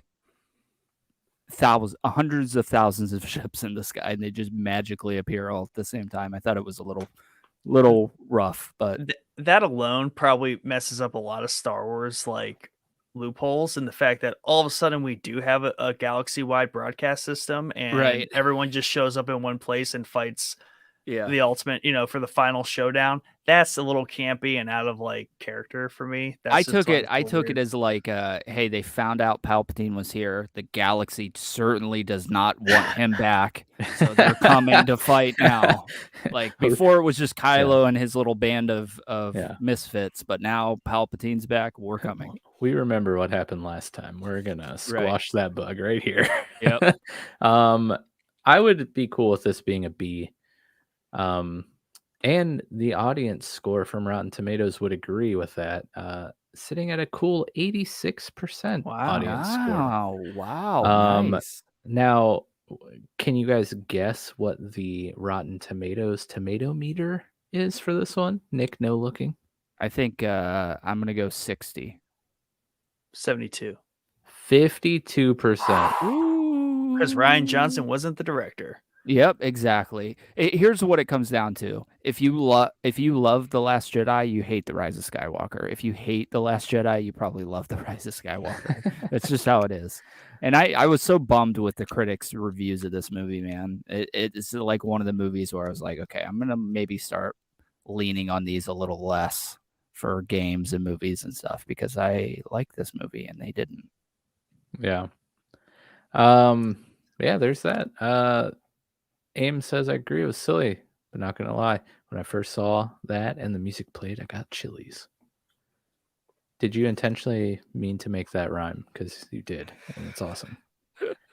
But yeah, I think first off, I'm really satisfied with where these landed, but also just like the look of how you aligned them Aligned on them the is tier list. yeah, spot Great, perfect. It's just a beautiful tier list, I gotta say.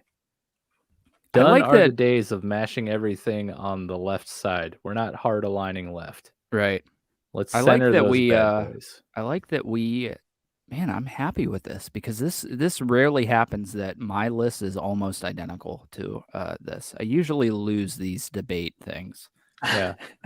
So it's nice to be on top every now and then. See Yeah. what it's like up here for you guys. I think we need to like PDF this bad boy and start floating it about the internet as the one and only definitive Star Wars movie tier list. Yeah. Because this has never been done before in the history of the internet. Not Ever. this well. No. Not this well. I like how we got some pretty fair representation across the board too. I mean, Yeah. we got an original, a prequel, and a solo in the S tier. You have a sequel trilogy in the A tier With a like, solo. Yeah, with the solo. The solo. Yeah, I don't know. I feel like maybe a lot of people would just shoehorn like the original trilogy in the S tier without Oh yeah, for like sure. giving Yeah. much thought of Yeah, it's just of wrong. other though. things and equally like disregard the prequel or the sequel trilogy Or because prequels. or prequels. Yes. Yeah. Yeah, Um, I said this before. I think that in 10 years from now, people are going to like the sequel trilogy far more than they do now. Just like the prequels, there are people that are starting to warm up to the prequels when they were hated when they came out more True. than the sequel trilogy ever was.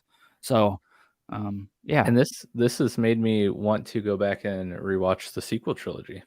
for sure. Yes. Yeah.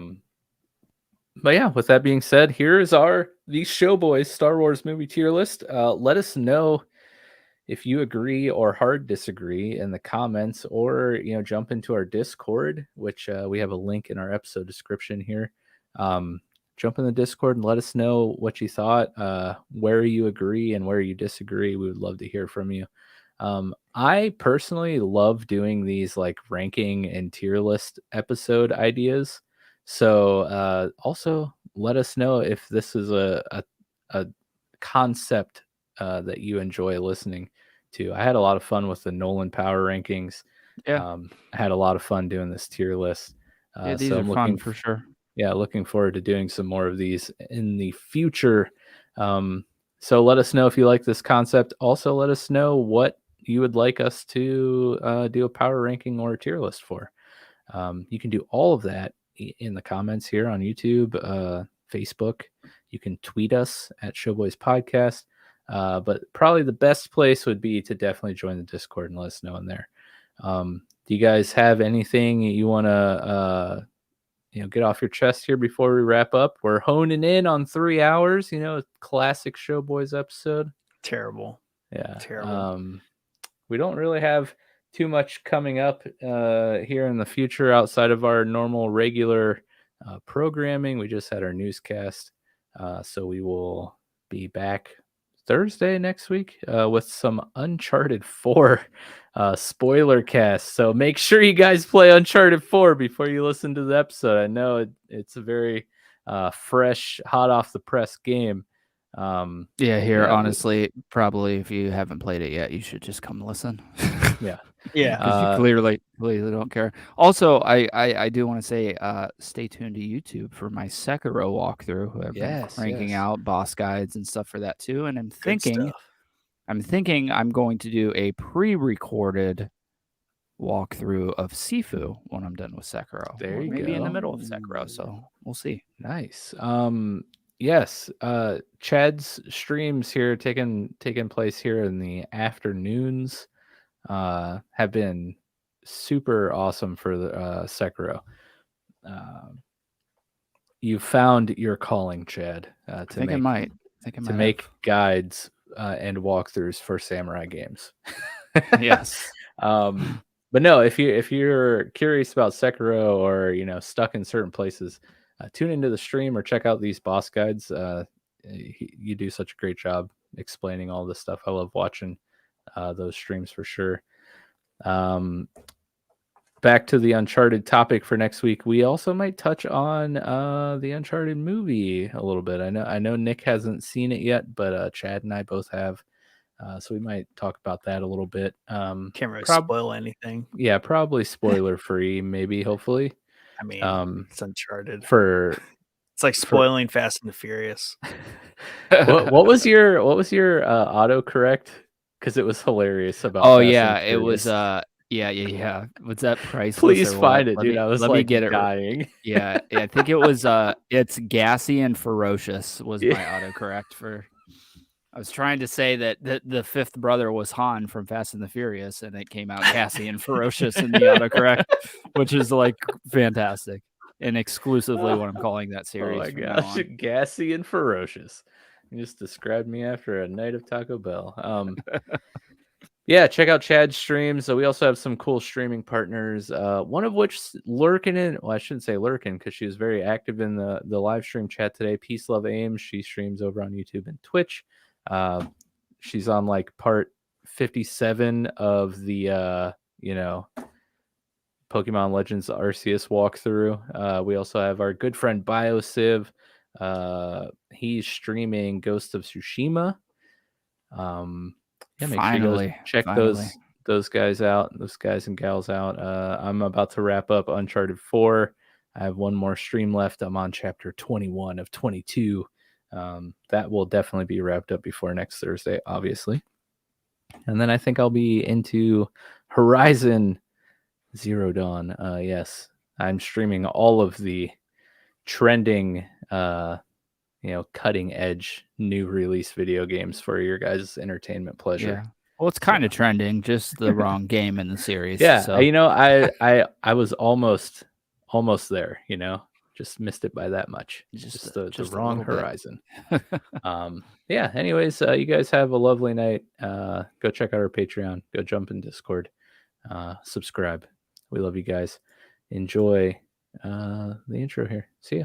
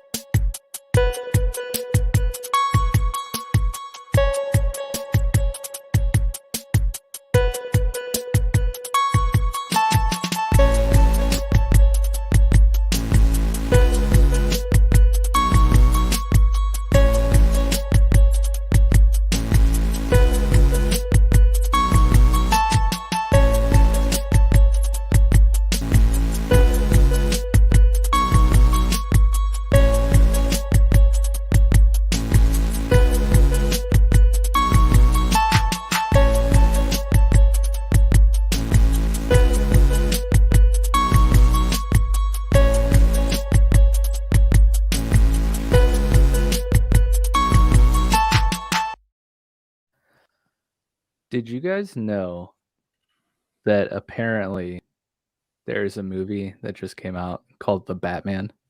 Whoa. Oh, I heard of it. Like from 2008?